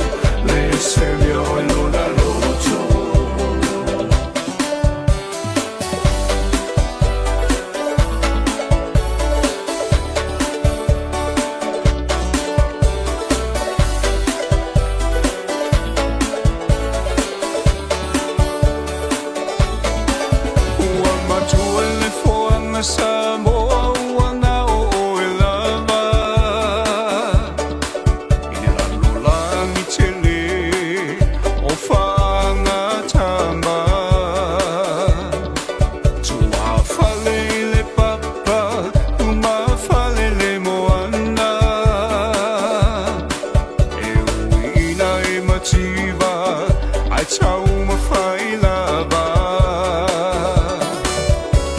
o pole tatunu o si mea mangu mangu e maua file mu tauina ia hui masao le whabo e moe mala sini au tu au alo ala whaiva I whaanga tama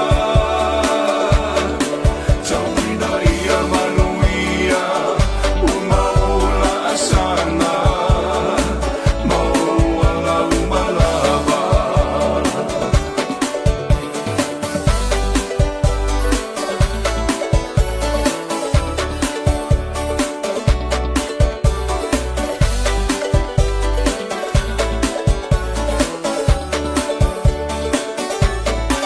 Aua teu ia mateu a ia whai a mawhai o mamana aua e te whaavai vai a ia mana Samoa lau tapua inga me ona talo lua tūna mawhatai lo la lo whaiva o se whaiva tapua ia le mea moni e ae manuia tauina ia e mana toa loa tunu pele male tapua inga ia polo tino ae mala mala mao mata o mamana ia tafe toto ala manuia ola asana tauina ia e mana toa loa tafa ia whamua mua Samoa e ole tama sani o tamana o matua tuile atua awane I o tafa moe moe I le malosi mana tua au nale atua lo pulo mai tatalo mo so taui Talofa Samoa o Jerome Gray lenei pe o ti e lau ta vale po e whaafonga mai I lo maota ia tu pele ni lo lau leitio I le 15 a mo Radio Samoa numera tasi I New Zealand. Faisipisi o le southbound anga I atu I le vaingana na State Highway se fulu ma leono I ina Lincoln Road lelo o mai tau te fo I pea ma sutasi minute I le travel time patulanga ina mo tātou nisi neo vaingalo a fiai Triangle Road intersection Universal Drive intersection whapena fo I Lincoln Road on ramp anga I atu I le State Highway se fulu ma leono mai tau atara le westbound whai asi ma mafa mai o le traffic mo tātou e whapena fo I nisi lo anga I atu I Henderson ia ma te aratu mai tau atu o le nā fo I o lo o whai lava sipisi o tātou Esmond Road on the North Shore pea ma le se fulu ma le lua minute le taimi whaatulanga ina mo tātou o lo o mai tau atu tele lava ni delays city bound on Esmond Road ia whapena fo I lai approaching poleanga I atu I lunga o tātou State Highway 1 southbound my Lake Road intersection whaisi pisi anga I atu I le State Highway 1 Esmond on ramp whapena fo laonga whapena ona kiu mai matatou I ngai Takapuna ia I commercial areas anga ia I Barris Point Road lunga tātou mai tau foi Central Auckland Green Lane East a lo whapena foi ona pisi lava tātou on the eastbound ilanga I atu Remuera and Ora K le nei taimi o le Taeao nisi o vaenga o le nā olo iei poloka Green Lane West intersection with Great South Road Ascot Avenue lata atu tātou whale mai ia whapena foi Remuera Road intersection nisi nā o vaenga o lo iei tātou taimi le nei o le Taeao Hillsborough ia o lo mai tau atu foi le taimi le nei Whailawa foisi pisi mai langa I out on a westbound toward State Highway Louisville, Queenstown Road intersection, Faisi pisi o Henry Avenue, o lo Fai foisi pisi ia and Griffin Park Road. Vainga umana o leo lo mai tawatu lunga State Highway Louisville, Faisi pisi fo I whapena mai Yoro Street on ram, ia o lo Failete, o lo Faisi tele o Poloka, le na o lo ia le taimi le nei av tavale, tautu ana, le saunga le mule taimi le tautu sulima minute, o na ta leo le itu lai valu.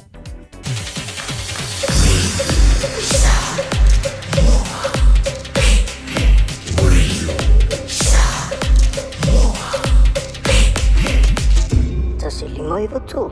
Amo. O le Taeao fou po se ia o ngā amata, ua se lia ma le se furulua tausanga o lana au nanga i to tonu o au kilani nei. E lua o na la i to tonu o le aai o mangele, o lo o au na ai fai a o ngā whauina, a wale a o tawina o alo ma whanau i le ngangana Samoa ma le ngangana Peretania, a wā le silafia i le tū maanga wha le anganuu, wha apea le tusipaia. E talia whanau a mata mai le tolu masina, se ia o i le ono tausanga. Tolu masina e a o ngā fuai lo walo, pe a resi tala i le taimi nei, e iai ona ia inga whaapitoa, e 5% le whaapitoa mo au mainga, e mawhai ona o ngā fua lo walo, pe a atoa le whao tausanga, e saunia e le aonga mea tau mafa, mo le whanau i aso taitasi, o lo o iai fo i le au nanga mo le piki ina ma toi momoli atu o lo walo, i le taimi e tu ua ai le aonga. Resi tala nei loa, lo walo i le Taeao fou pua se ia onga amata, mo nisi whaamtalanga, fe soota i mai le numera, o lua fitu, lua fa, lua lima. Po le e-maili info@taeaofo.co.nz. Awa o le tama e tusa maonala, a o ina matua, e le to e te ai. Talo fa Samoa. I mawhai na fisosoani atu Dr. Chen pe a whai te a fiele mai suka. Toto mawalunga, le maua se whanau, mai sela, fatu ngao, ti ngā le ua po tuli, fa alusi le tino puta, ka nesa, ma le tino mangeso. Maua fo i le kulimi fulunifo mo ni fo ti ngā, ma toi fa lesi ai lau manawa. Tele nisi o loa e fisosoani i lo soifua maloloina. A fio ane loa e va ai Dr. Chen, i le tuatusi lua ono Great South Road, Orahuhu. Telefoni lua fitu ono tolu fitu extension numera lua. Whaasila silanga tā ua o tau nuu i whanua o loa fōu mo le tātou whale o loa o le Eveni Pacific NZ i Aukilani nei. Mauala e top a tamaitai. Ia mautinoa fo i le vingo papa i sona loa fōu. Susu mai le Eveni Pacific NZ store mai le asunga fua nga i le asto nai. Se fulu i le Taeao a nga i le ono le afiafi. Toa tusi Tasi John Coulter Drive, Auckland Airport. Whaafsa nga i tonu lava ma le KFC ma au tawhane o le warehouse. I le shopping centre malai Va'alele. Talofa Aukilani, ua lata mai le aso e te tala aloa i ai. Le whale o loa i le laumua o Mount Wellington, le Middle Asian Supermarket. Whaamau i lalo le kālena, le aso ono o Yuli. Susu mai, ma au maiti mo whaafiafianga whaapea fo i le face paint, ale whanau i lea lava aso. Tele manoa noai o whaapitoa i tutonu o le whale o loa. Tala i atu le tala iau a inga mawo o na tātou whaatasi lea. I le tuatusi 5 tasi iwa Ellerslie Pamua Highway, Mount Wellington. A mata le whaapmoe le se fulu le Taeao, the Middle Asian Supermarket. Radio Samoa, tasi mai batolu, amo. Radio Samoa, tasi mai batolu, amo. Se la fai aulele, hey.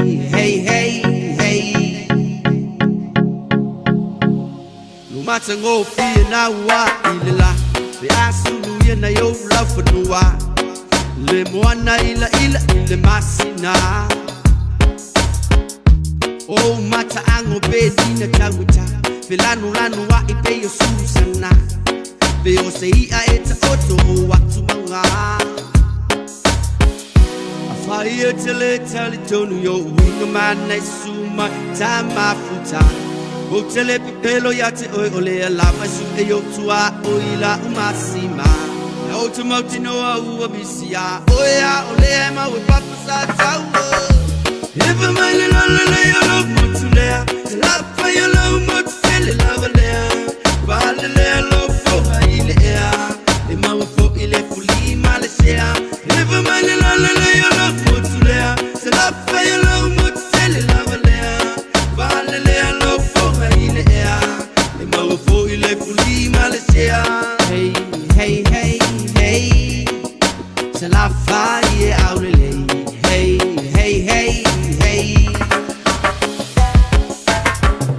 o anga I fanu malau anga nu o tu mau be fava mau e malu lava ono Yesu fa mole fai ma vai su le ai si tasi falling mata e pele lava oilo fatu fai lo ya oi le lo fa male lo tuma wala lo sau fo ila oi sau fa I mai io au ta fa se I fai le lo fi amatai ole lu fa long ole le se fai mai o se u if I mai le lo lo mutulea la fa yo lo mutele la valea vale le lo fo ile ea e ma fo ile fuli male sea if I mai le lo mutulea la fa yo lo mutele la valea vale le lo fo ile ea e ma fo ile fuli male sea hey hey hey hey se la fa ye aurele hey hey hey se ngofo mai ai lalo malola mai le kipi ai awe ke ka alo o ka mai ki o mo kele mena ku mu fa alo ma lo mo lalo ai afai ai esasi nginga la ka ko fai ku fafu ai mai o pule o uma vai ko fia ia le fu e marco o laula ngai ko si ai nga mo mai fongo o malu mo pa ia e fa me melo ai le loko la ko pala me fa so sa ko la fai merco ko o nga fu fa sale le anga la ko pule nga wa nga e monga tule sale aula vai ko pule malai ku fale nga fulu ma fofonga nga I fo mo fa mai tule sa fo finga o lo malai e si o mi e fale lo ku vai singango le ku malo e tule a sa o lo malai fongo o maki amaki ai ku au pa solo mai le ku sale nga o kala mala mala mai ka vai ka si fale ko le malai le kamau a seka palau di sifo ma palau le fale fai tule palauli I lo malai fongo I vai lo a se u a ko kingo le kama ma au le lei sala fai e o nga mo pa io le kala le lei mi kai le loko fai ma sei wa sa fala le lei le mo fai ma fai la sala fai e au le lei if I mai le lo mutulea la fai lo mutele la valea vale le lo fo ile ea e ma fo ile fuli male sea if I mai le lo mutulea la fai lo mutele la valea vale le lo fo ile ea e ma fo ile fuli male sea hey hey hey hey se la fai e aurele hey hey hey hey Samoa Ola Crew sala fai au le lei ina o te fitu minuto na tore talo le tu la evalu lo fa fonga po kala me malo le Taeao radio Samoa falima eva tolu amo lona los fulu nei as los fulu aso me o taro fulu mo lo fa lo se fulu ma lima ka ba ba ku e nei ba ngo Australia le na fa ina mai le tele o timu somewhere in New South Wales bea Yo it's a vai ya talo sia fo ya wa mafai ona fo ile saunga le mula to ia wai pe on mai tawatu le mamafa o timunga ia o le nala le south east o le vaenga le nana lai ona tu lai mai foi ia le na foi a faafita uli pe le tu le na mid north coast regions of New South Wales ia talo sia foi o lo saunga le mu ia le to tele foi o nisi o tato o lo ala na nisi o ainga o lo ala le na vaenga o le time la le nei ia o le na o lo mai tawatu so longa le foi ia mata foi ia ona tauto a fi mali mai na foi tulanga sai ai so from among towns of Doree and Glenthorne ele for il Atlanta il Manning River il total selo kilometer le tu mato sini Australia pe o vai ngana siri ona mafati foi le tulanga il mama fatelo timu tele lo pe ni so tatu Samoa la le vai nga o ia ia fa mo sa ole mo mai o tau le no fa mana le tu tulanga swing of town never time kainga ora o tasila mtanga ruenga lo te papa ya tu ole a fa iti fola tanga ta fainga ruenga msampe o se lo bus fu tu se mli potele radio New Zealand yo it's a vai fai lava foi si mai ta watu e fai foi si onga foi ia ole tulanga o tu like mai foi ile nei lava foi ile mtanga ruenga le nei le kainga ora pe ona yai mai ta watu foi pe male over mal se lau foi nisi o ngaluenga ia o le fo yo le ato e fa ma mulu le nei taimi o ngole solanga fo le restructure ina po le toe ye yo nisi tulanga toe fau si ai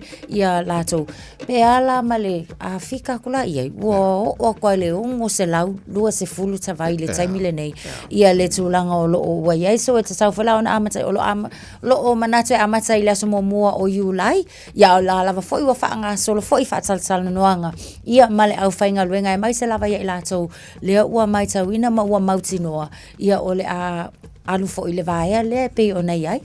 Mole se fiola tino nei le budget day in New Zealand. O le lona lua i leo paketi o le Minister to pe New Zealand Nicola Willis. Leo le antana for detali. Well, so far, nei vaso mawai, e tele i pre-budget announcement len faile malo. No winga la tele avai ngomana. Le la antoe fa ala wina nei matoe amaya. E tulanga el paketi na paraf siri tele iai le lopo ani vai ngai ono le lei mo tatou Samoa mal Pasifika. La antana for detali. At the end of the day, lo tulunga ani le ara pakeki ra kai tono lona ainga. E po a meo ia pakeki malo. So sa kunga New Zealand, Samoa, Amerika po fela.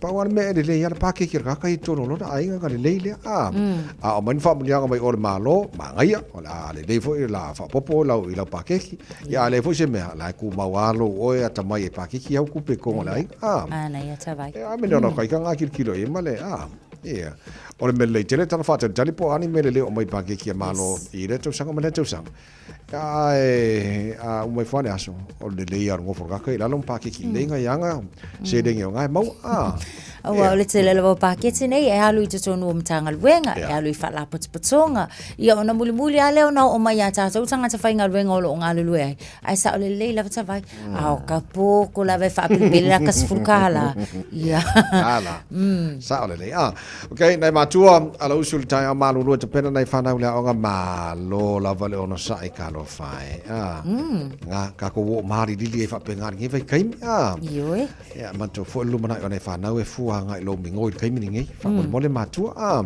ya le lei bako anga ave kama ke fa maro skingo fa mole si ia lo fa ie ko anga fa maro skingo o maru lu ngai vai kai fa vela fa ma fanfana ya le lei le tu le fa ya ongal ta po kala le Taeao fa mo ka fa maro skingo so lo ta tala mai sa mo le Taeao o wa ka ko wa fa vela mal fa ya onga le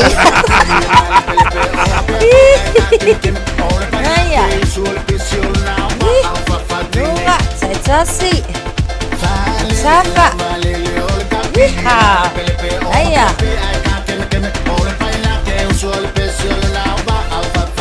Yoi Naya Iya Matua itu au safa Alu iluma Iya Naya tele Atua Luma Tua Luma Autafa Yo Alu kafa Aya Ngavale Yo Samatari Lua Zonu Lapa Ngavale Lua Zonu Ka Aya Savali iluma Aya Aya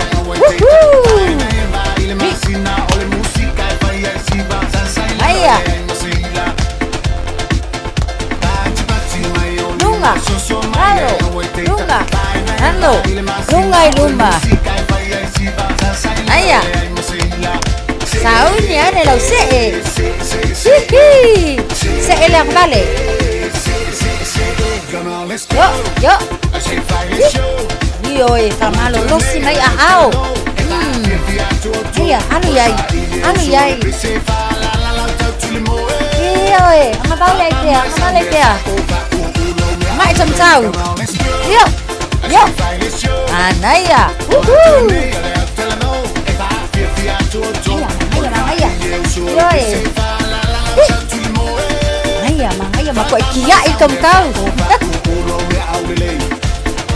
Sabali iluma. Kasi luma.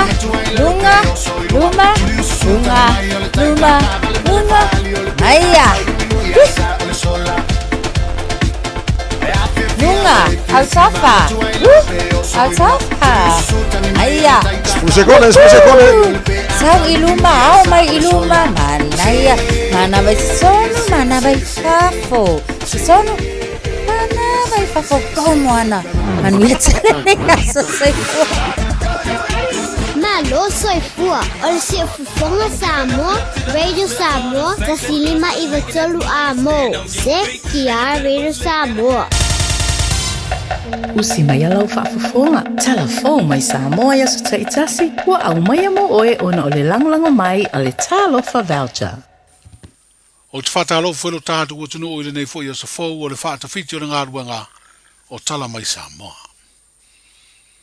E tolu masina wa tua tunei e le whaamsinonga o whanua maswafa.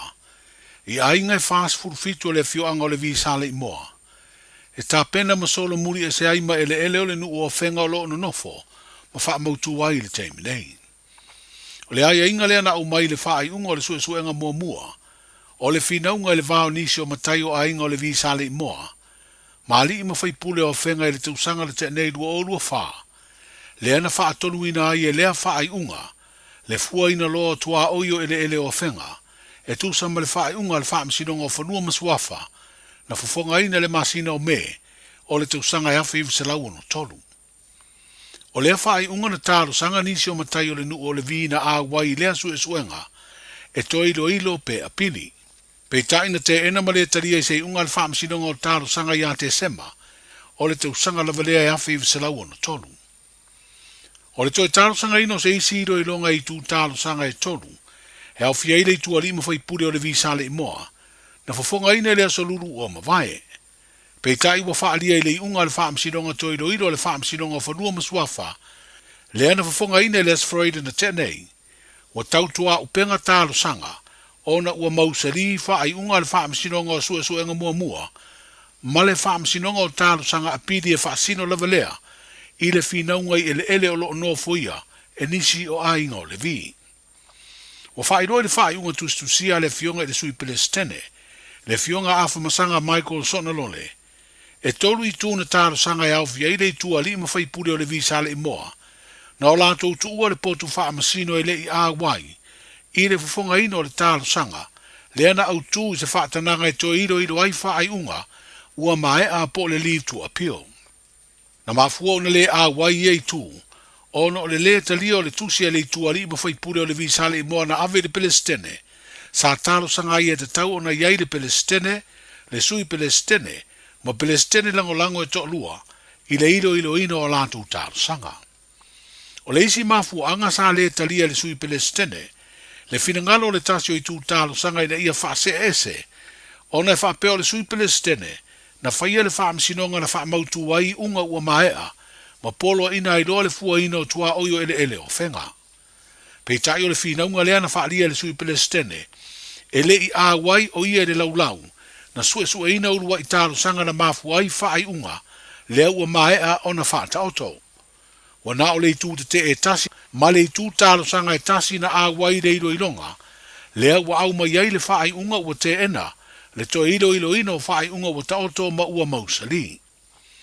O le tolu masina ua tunei e te pena e se ai ngai fast food fitu, o le fioanga o le visale i moa, na amata whaitau mai rea so se furuono, le asa froide ua mawai la wai le whaai unga le wha msinonga o tālo sanga toilo ino.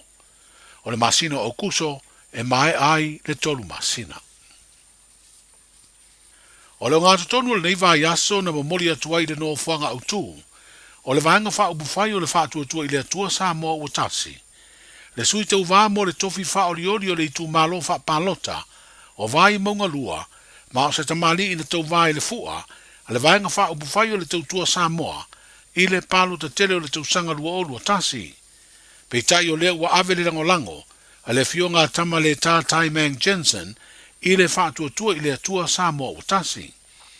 O le tu malo palota leo lo tu lai ai nei le tofi whaipure o le pāle mene, le tō whale na tai Victor whaafo i tamapua, o lo lango ina le vanga wha ubufai, e pui a ia te taua tangata. O se tamali ina urua i pale le tofi o lea i tu malo, i le palo ta tele o le tausanga e lua afes fulma le tasi. O le sui wha o vai maunga lua, e peo na mamori atu i le wha tua i le atua Samoa o tasi. O se tamali i o lo avea neima te fono, o le komiti whaatonu o le wharetupe o ati na ele malo po le Samoa Development Bank.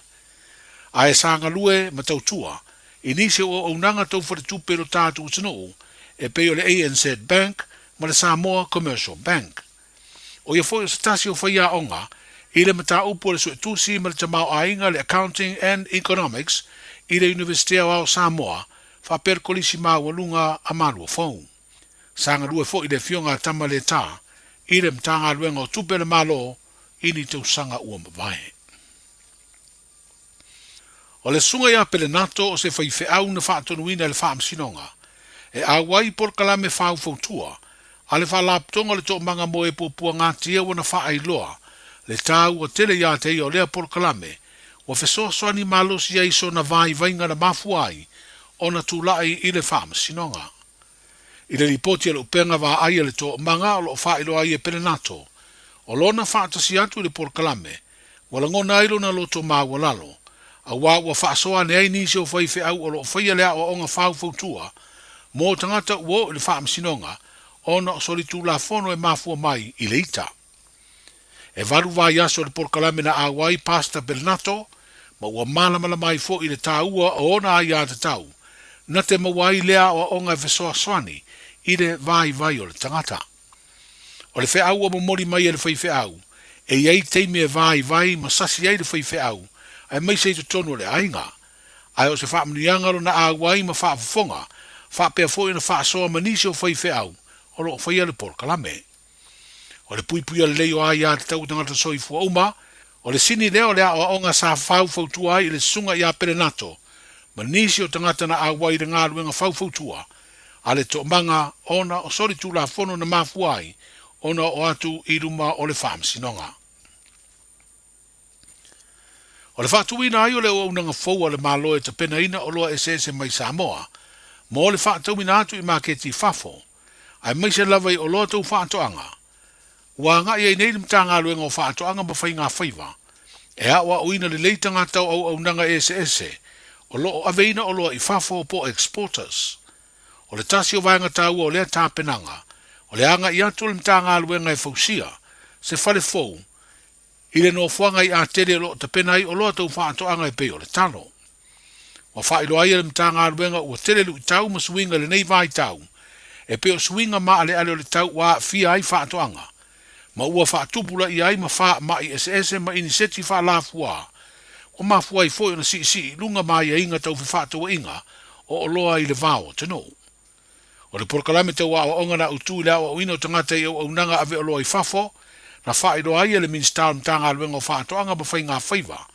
O le anga i atu e whaatino, le whaatuino le whale te pena o loa faupo se pack house i a tele, o le whaaboe moe i a le lei masao nge le mu o loa ave i fafo, ai maise, i a muri ta i a ia i a inga o whaatua inga whaavao malo.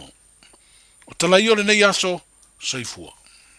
Talofa, we're the Katinas. Talofa, this is Pat Lam. Talofa lava o a ola pi marina. Mau pelo li tio. I le radio Samoa tasi lima iwa tolu amo.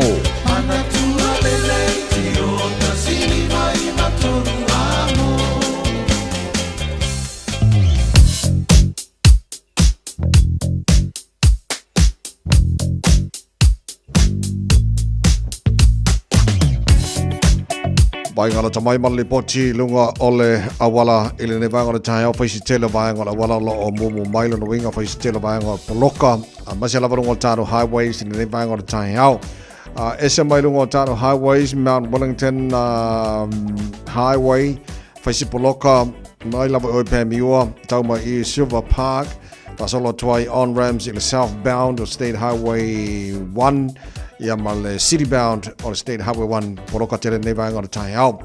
Lungo taro highways, faisi poloka mo tātou malanga mai sifo, nei vainga o Taeao, mai lava i Old State Highway 18, Lincoln Mall Sifuru Valuanga Sifuru Ono, my West Gate, Royal Road, Lincoln Road, Te Ara 2, Rose Bank, Point Chevalier, Western Springs, poloka whaasolo atua tātou malanga mai sifo, tātou lo i lungo o State Highway Lusifuru.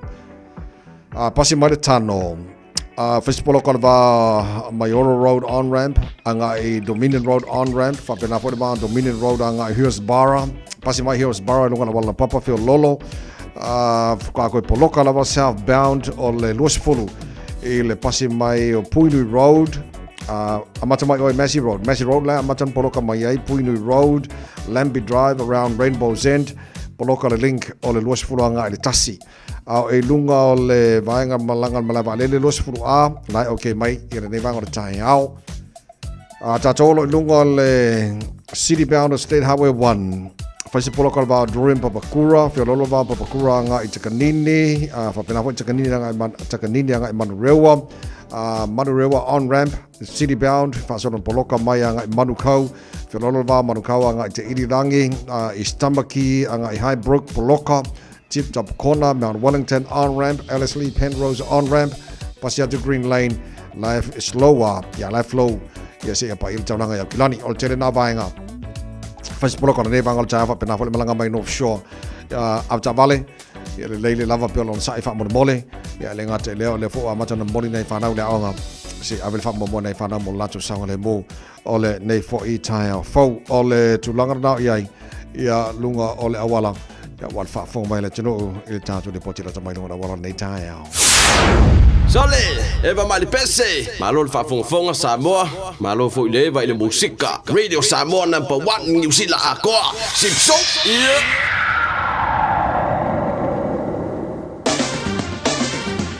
Ua mawhai ana au ina atu le tala o le tau I aso taitasi o na o le lango mai a le Pacific Finance Limited. Telefoni o Varselau fitu whawha lua fitu. Le poti la tamai I le vainga le tala le tau I Samoa te wawai atu luas fulima le wahele bevela le I Samoa. E le nei vainga le Taeao fau o te aleiva I Samoa e tu mawinga awa marpa ua timu I Samoa I le so.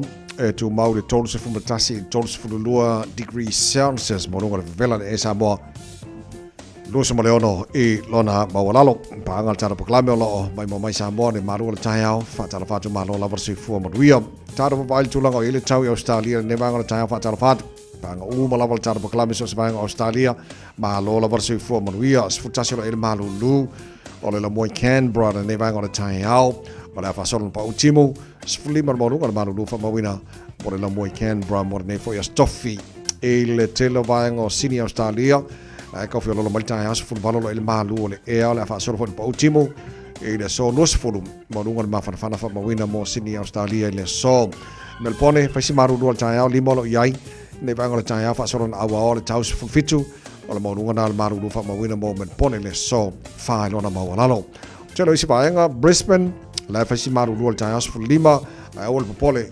ola susuru mata ngo fiele la mo to fa so na vela tele le e los fuluono I lona mawalunga Perth Australia maru lu mo ia markaiao ia ai ola susuru mata ngo fiele la mo to ia fa so fo ina vela le e los tolu I lona mawalunga Adelaide fitolo el maru lu le neva ngora Taeao la fa so susuru mata ngo fiele las fuluiva Maurunga ole maru e mo Adelaide le so sulmate mo fiele la maru lu e Hobart sful male ono maurunga le maru lu malabava yatu Darwin le vela kele le el Taeao ola sulmate mo fiele la todos futasi maurunga le vela fa mawina mo Darwin le so o bainga se mana Australia matulanga ile tau ya mo ne fo ia stoffi tama ki makauro kilani no fanga fa salonga Radio Samoa pa atu mara mer sulu la ne vanga le Taeao fitolo ele malu lu fasi ma ingi mai Taeao ia mo tatou ala fa solo na awa lang de daily tau mo tatou o kilani ne yaso sful mal fitolo malunga malu lu fa mawina mo kilani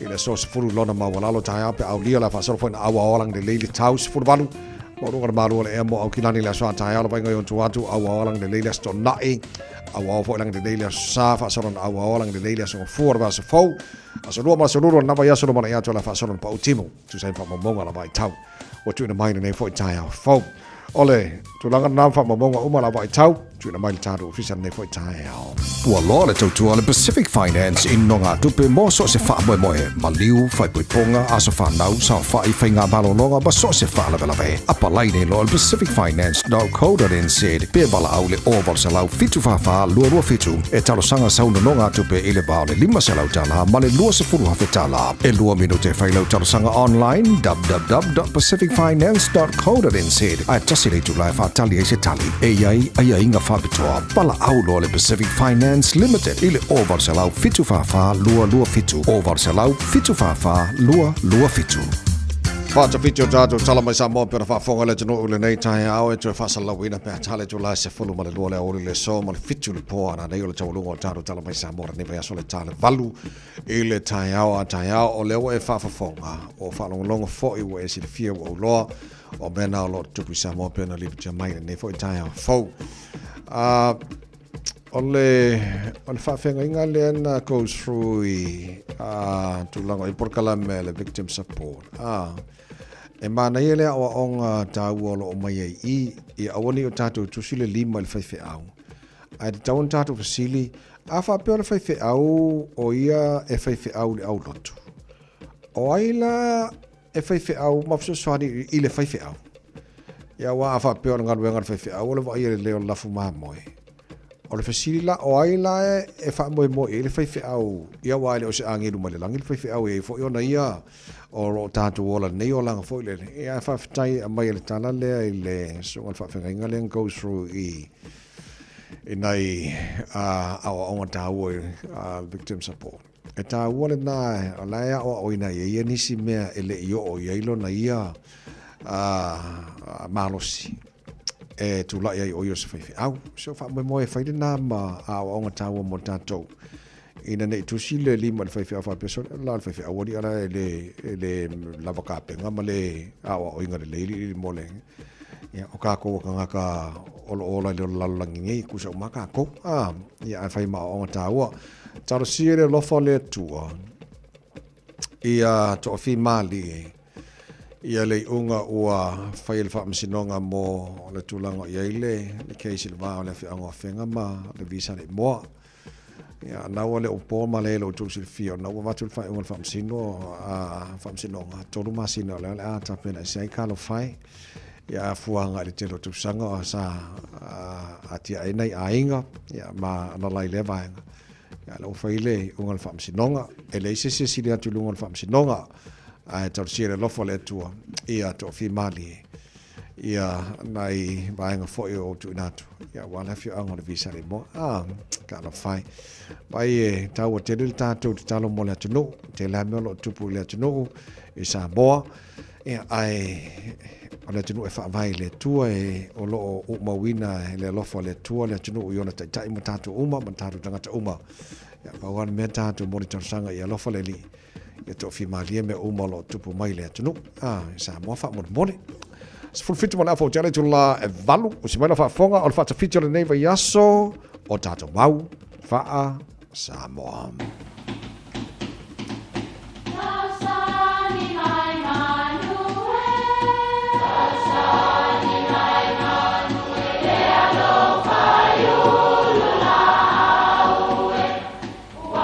E o whanga manu I ululu o la au, awa e whawhanga I funga o la au. A o le tangata, e whawhanga I upu matala. O le mawhileo o alanga upu mamuanga ngana Samoa maona whaapongai, e a fua I lona si o mianga. O lona lea sao I le whaatufunganga o le iloa whaale aso, mai le tautua se ia o ina pule. O alanga upu mamuanga ngana, ua lanto mamanuina le tō whamanino a Samoa, mana tua foi, e tāo fitau muli le atunu. O nai mau e winga I maota malawa o Samoa. Whapele tala o Samoa lava mai ana mua, se tasile nei o pine I loa ai se matai tāua ma le maualunga I tutonu o se fioanga. E I loa I le iai o se maota po se lawa. O se alii ponia lii e iaini whaalolonga le nuu e te tau lava o na iaini o lantou maota. Ia whapena fo I se tula fale po ni tula fale tāua e te tau o na iaini o lantou lawa. O le anganga moni o nei fale tali ai malo e whai ai potopotonga le nuu. E le o ni fale whai ai ni sua ngā tupe. E ese mai le fale malolo iai peto whai le li. O le maota e masani o na whau whaafolau tu poto, e la umi e iai o na tala e lua. O le lawa e whaau tu poto la poto e ta ua o le whalitele. E iai le ingoa o le maota, po o le lawa e wha ingoa ai. E masani o na ingoa ini vavau po o ni tala tu wha solo o le ainga. E wha ingoa ai na ia lau I loa e le atunu. O le isi fale e tua tonu lava o le fale tali malo le li, e ta ua o le fale tua. Whapeze mau o le fale lea e tua I ai le fale tali malo, e ta pena mai ai ta mawhitanga maisi mea, pe a malo tia se a inga. O le fale lea no fwai le to olua o le li e fai ai nei ngā se senga uma a wale mauta. Ia o I fo I lea e mawai le ingoa wa ave nei le to olua o le li o le fale tua. A fai o se lawa o se tula fale. O le fale lea e no fwai le to olua o le tula fale ngā se se uma I lava mea uma a wale tausinga o le lawa. Ma faa ingoa I fo I lea tina o le tausi o le tula fale. O tua atu o le fale tua, e iai le fale lua. Ia, le ua ta ua nei o na po o le umukuka, e fai ei ngā se senga la iti. O lona tolu o fale a ngā I tua e ta ua o le tūnoa, o le fale lea. E le ai lava ma se isi mea iai nā o pou lava ma le ato o le fale. E tūnoa lava nā o le fale. O le ala fo I lea e ta ua ai o le tūnoa. A wā nā o sua vai lava po umu e ngā sese ai. Ile male toe fale e faisi mau ese I tua e tā ua o le fale vao po o le fale ui o le lii malona ainga. Nisi o taimi a fai o se ainga e la talanta I le sami. Ia, po o fio anga fo I tū matawhanga e māsani o na wa ia le lai ngā fale lea e whaatutu I runga o le sami. O aso nei, ua tele swinga o fausanga o fale o no swinga o le tau. Ua mawhai o na iai uma nei fale uma I tonu o le fale tasi. Ua iai le fale tua, fale lua, tu noa, ia ma le fale ui I tu tonu o se fausanga e tasi wha nei o na po.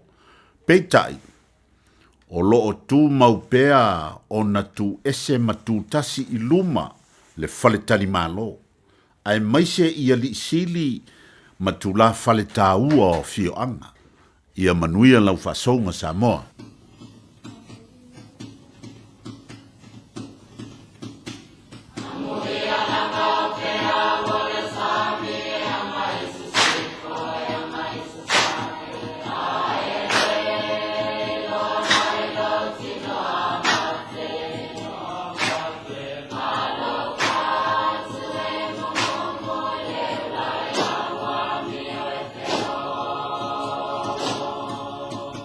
Amen.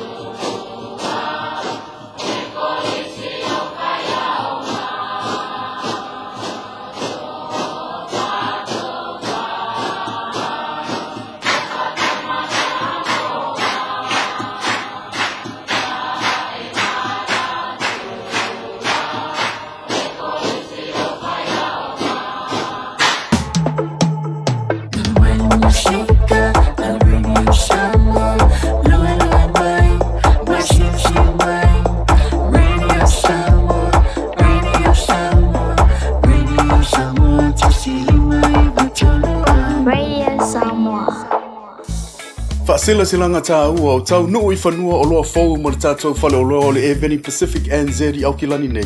Mauala e top a tamaitai. Ia mautinoa fo I le vingo papa I sona loa fou. Susu mai le Evening Pacific NZ store mai le asunga fua ngai le asto nai. Se fulu I le Taeao a ngai le ono le afiafi. So atusi Tasi John Coulter Drive, Auckland Airport. Whaafsa ngai tonu lava ma le KFC ma au tawhani o le warehouse. I le shopping centre le malai vaalele. Talofa. Wa o salmasinga fale lua team toilolo o le loia Samoa. Fapitua la o nanga I mta uputau immigration, pepa malanga, tangata overstayers, so stoinga visa. Hapena foi le taxation, por tu la fono tau la fonga. M5 foi on o tau avena mta upu fal tu la fono I Samoa. Famal mole vidi mai numera, o iva lua nono, o tasi lua. O iva lua nono, o tasi lua. Faftai. Wana o le fetu moana a onga amata po le moana stars ECE le a onga Samoa I Manrewa. Tuatusi lua tasitolu, Weymouth Road, I tuane o le ekalesia e whakasai Weymouth. Mātou te tautua ma le whaamaoni mo le whanau. A wale whaatau waina o le ngana Samoa, anga nuu, whaasino manga, ai mai se leo na whaakerisiano o alo ma whanau o le atunu. He tolu sifulu I tula e le aise tutongi, mo le whanau e tolu tausanga manunga atu. Lua sifulu I tula e le aise tutongi, mo le whanau e tolu tausanga anga I lalo. E te pena le whetu moana le tia le Taeao. Whapea le tia le awauli. Nappies, ma wipes e ma wafua. Whafsotai mai loa mo se awanoa o lo walo. I le olua tasi tolu lima, fitu valu iwa fitu. Olua tasi tolu lima, fitu valu iwa fitu. Hey whanau, I just got back from the islands. Such a seki trip. It's never long enough, eh? The warm Pacific welcome, the people, the food. I'm already thinking about the next trip. Plan, save and keep well. COVID is still in our community and getting my vaccine is the best way to protect myself from getting very sick. The COVID jab is free and can be given 6 months after receiving your last COVID vaccine or testing positive. To find out more, visit bookmyvaccine.nz. Silanga Taeao o tau nuu I whanua o loa fou mo le tātou whale o loa o le Evening Pacific NZ I Aukilani nei. Mauala e top a tamaitai. Ia mautinoa fo I le vingo papa I sona loa fou. Susu mai le Evening Pacific NZ store mai le asunga fua ngai le asto nai. Se fulu I le Taeao a ngai le ono le afiafi. So atusi Tasi John Coulter Drive, Auckland Airport. Whaafsa ngai tonu lava ma le KFC ma au tawhani o le warehouse. I le shopping centre le malai vaalele. Lonu ue Samoa wai la le vasa. La le oe inu o le vasa.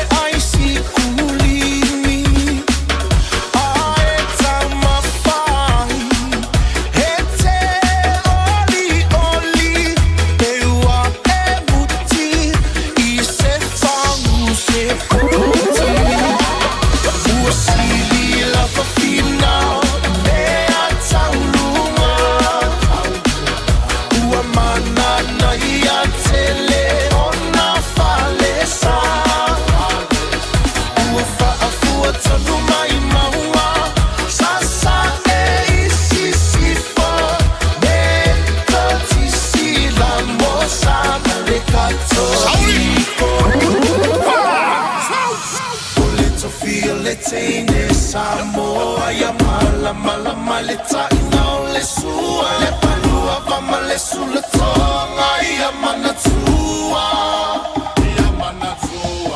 o tupula ngatala vo ine ia so se mana o faalia le malu ai le fa Samoa wana o le nanu fa mole mole so te filo malu ole te feel it in Samoa ya mala mala male taina le sua le palua va male sulla tonga ya mana tua o te pula ngatala vo ine ia so semana o faalia le malu ai le fa Samoa wana ole nanu fa mole mole so te filo malu now ia e mawale poto sili awane ia ona olo lua ia sili loto. Waino ma fafi fianga le Taeao ina wato lua se fulu ma le ono mino tolo toro talo le tula e wato pauna mino tolo tolo le malu le Taeao radio Samoa's fuli mai wato a mo a mai o ni Taeao fo a e tono lo sara ne ba ngona Taeao o le state highway lua se fulu le li te mai ni so pa angal tana pa kala face poloka le na watu tato li poti nei le Taeao southbound mai la mai o pasi mai tano Mayora Road Dominion Road Hills Bara fa solo mai lunga la wala papa faisi poloka tela ne vai ngona Taeao so to the time lava on sai pe ai ngona wala nei foi Taeao fo vole avno mai le sunga tuna epa ropena ko vati mo tana boklame tua ile e ne vai ngona le fa mana tuma sunga tuna epa vati mo la fa fonga nei Taeao a tatu ile vai taimine le maru lu a o vai taimine le maru lu o ta mafa po me ai fe so swani tele in tino so le la tele fa mana to 5 plus a day 5 plus a day a fa pe lima fuala au e te tamafaina apu,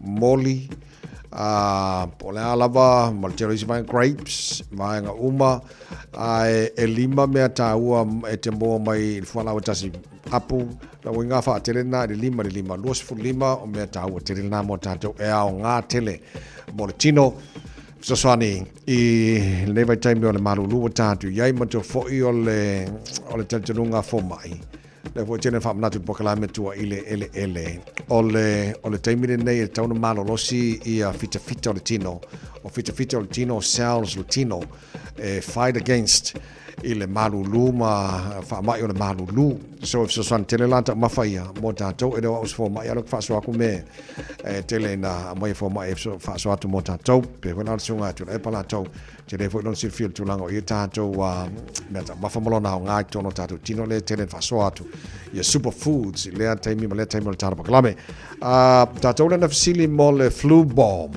ia po le pomu e pomu le fulu ia fa fonga le la te vatu le sepi e afo ia tasi I le fasi ane ni saina e moko I ku ia pala e tasi le teaspooni fiu e moko I ku I fo ia pala le fiu la tau o le teaspooni tumu le hani pula o pala le hani manuka hani ma le 4 teaspooni is it cayenne pepper pepper fo le sua le afati polo vaenga na e tu fatasi uma ona sa veule ia matala lei ia le hani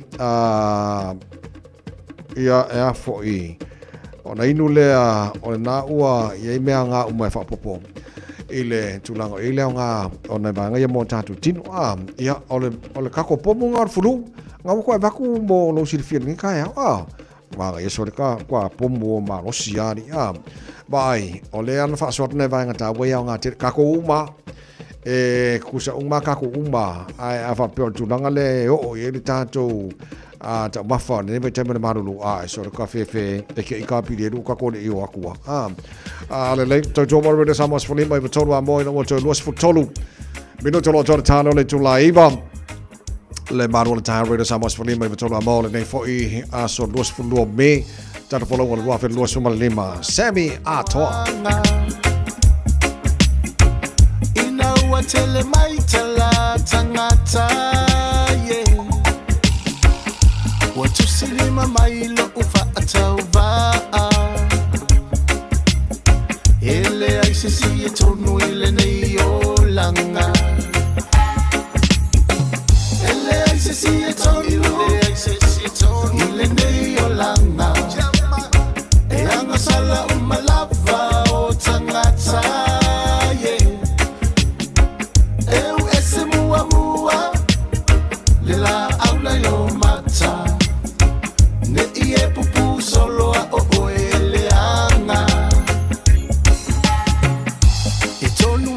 la o e yo manatu.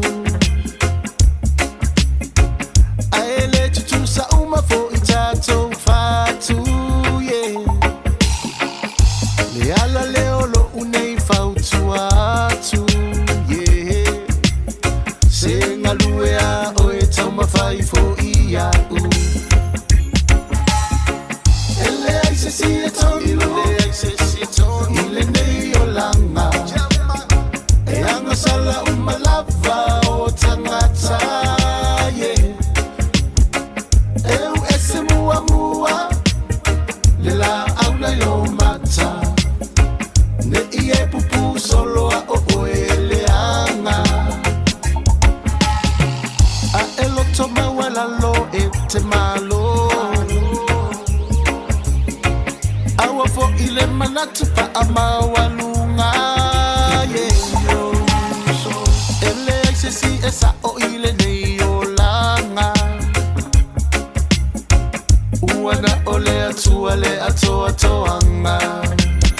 Hear me now. Now you see nothing, listen up me only tell you one time. Ain't nobody perfect underneath the sunshine. The Bible said if you know sin, then cast the first stone. So if you know be perfect, then leave him alone. We make a mistake, you got to learn from it and move on by it.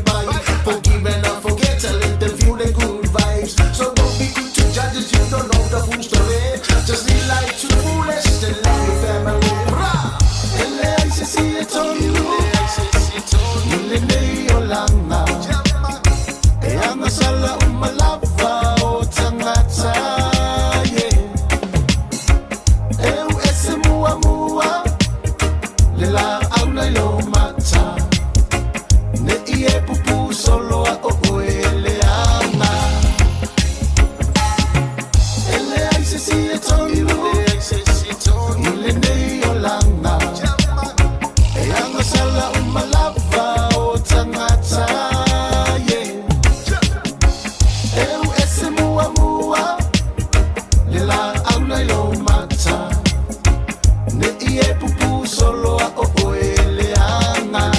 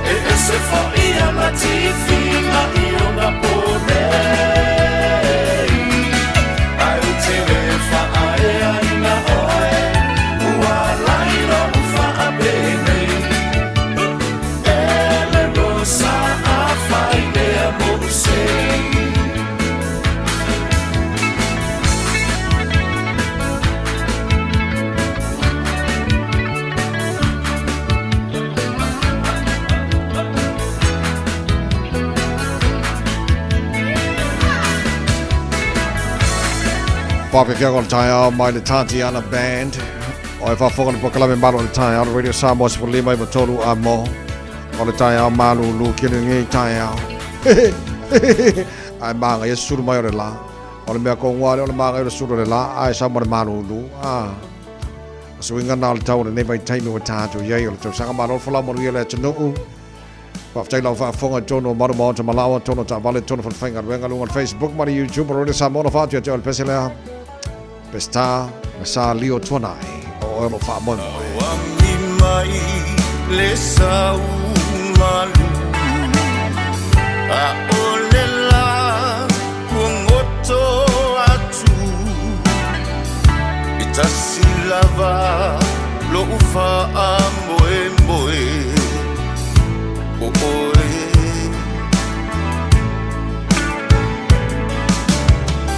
le lalulangi o nga e wana o e yo uma fau nga au lava lo pa moe moe o e mo o mia o e o lo Taeao manino e mo o mia oe e a vai lo utino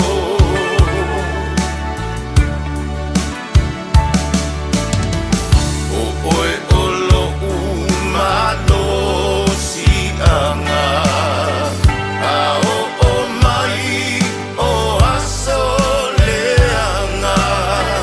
au lava lo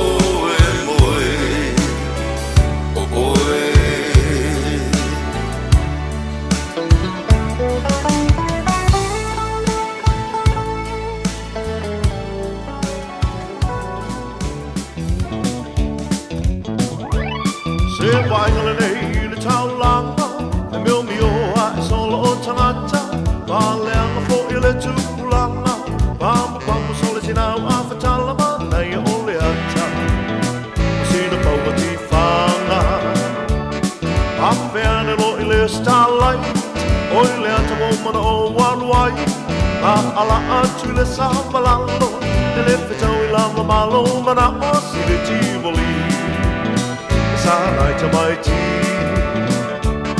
O le whisili pio tau sana Ta liwa le mana umala ua o la e la te le fiola O nisi mo I o mafutanga Na masani mai I le tifanga Ta whetau I le ata o le lua Mai a o le na fopto I tua o ia we te whewe O Romeo ma Juliet E toia I na masi o Natalie Na wa atau iai o lana I sikulimi Wa atali atu I le maketi Mea o le ata wha asai Ta maitina to le sa furua Nau ta hata matutua Te vai atu ia I le solo Tau tu leipe o ni ti a polo o ia luti a kono O le manatu le o se whai ti onga A wai ma wai fo I o onga Ai na o si na whau tuanga Te anga I luma o le o langa whai si na manga E mole le tama o le ata John Wayne ua sau fia ai Nea inga ua toe mai ua ua ko pai Ta ati whanga Whai si na manga Ta ati whanga Matua I le whatoanga John Wayne ua sau fia ai Nea inga ua toe mai ua ua ko pai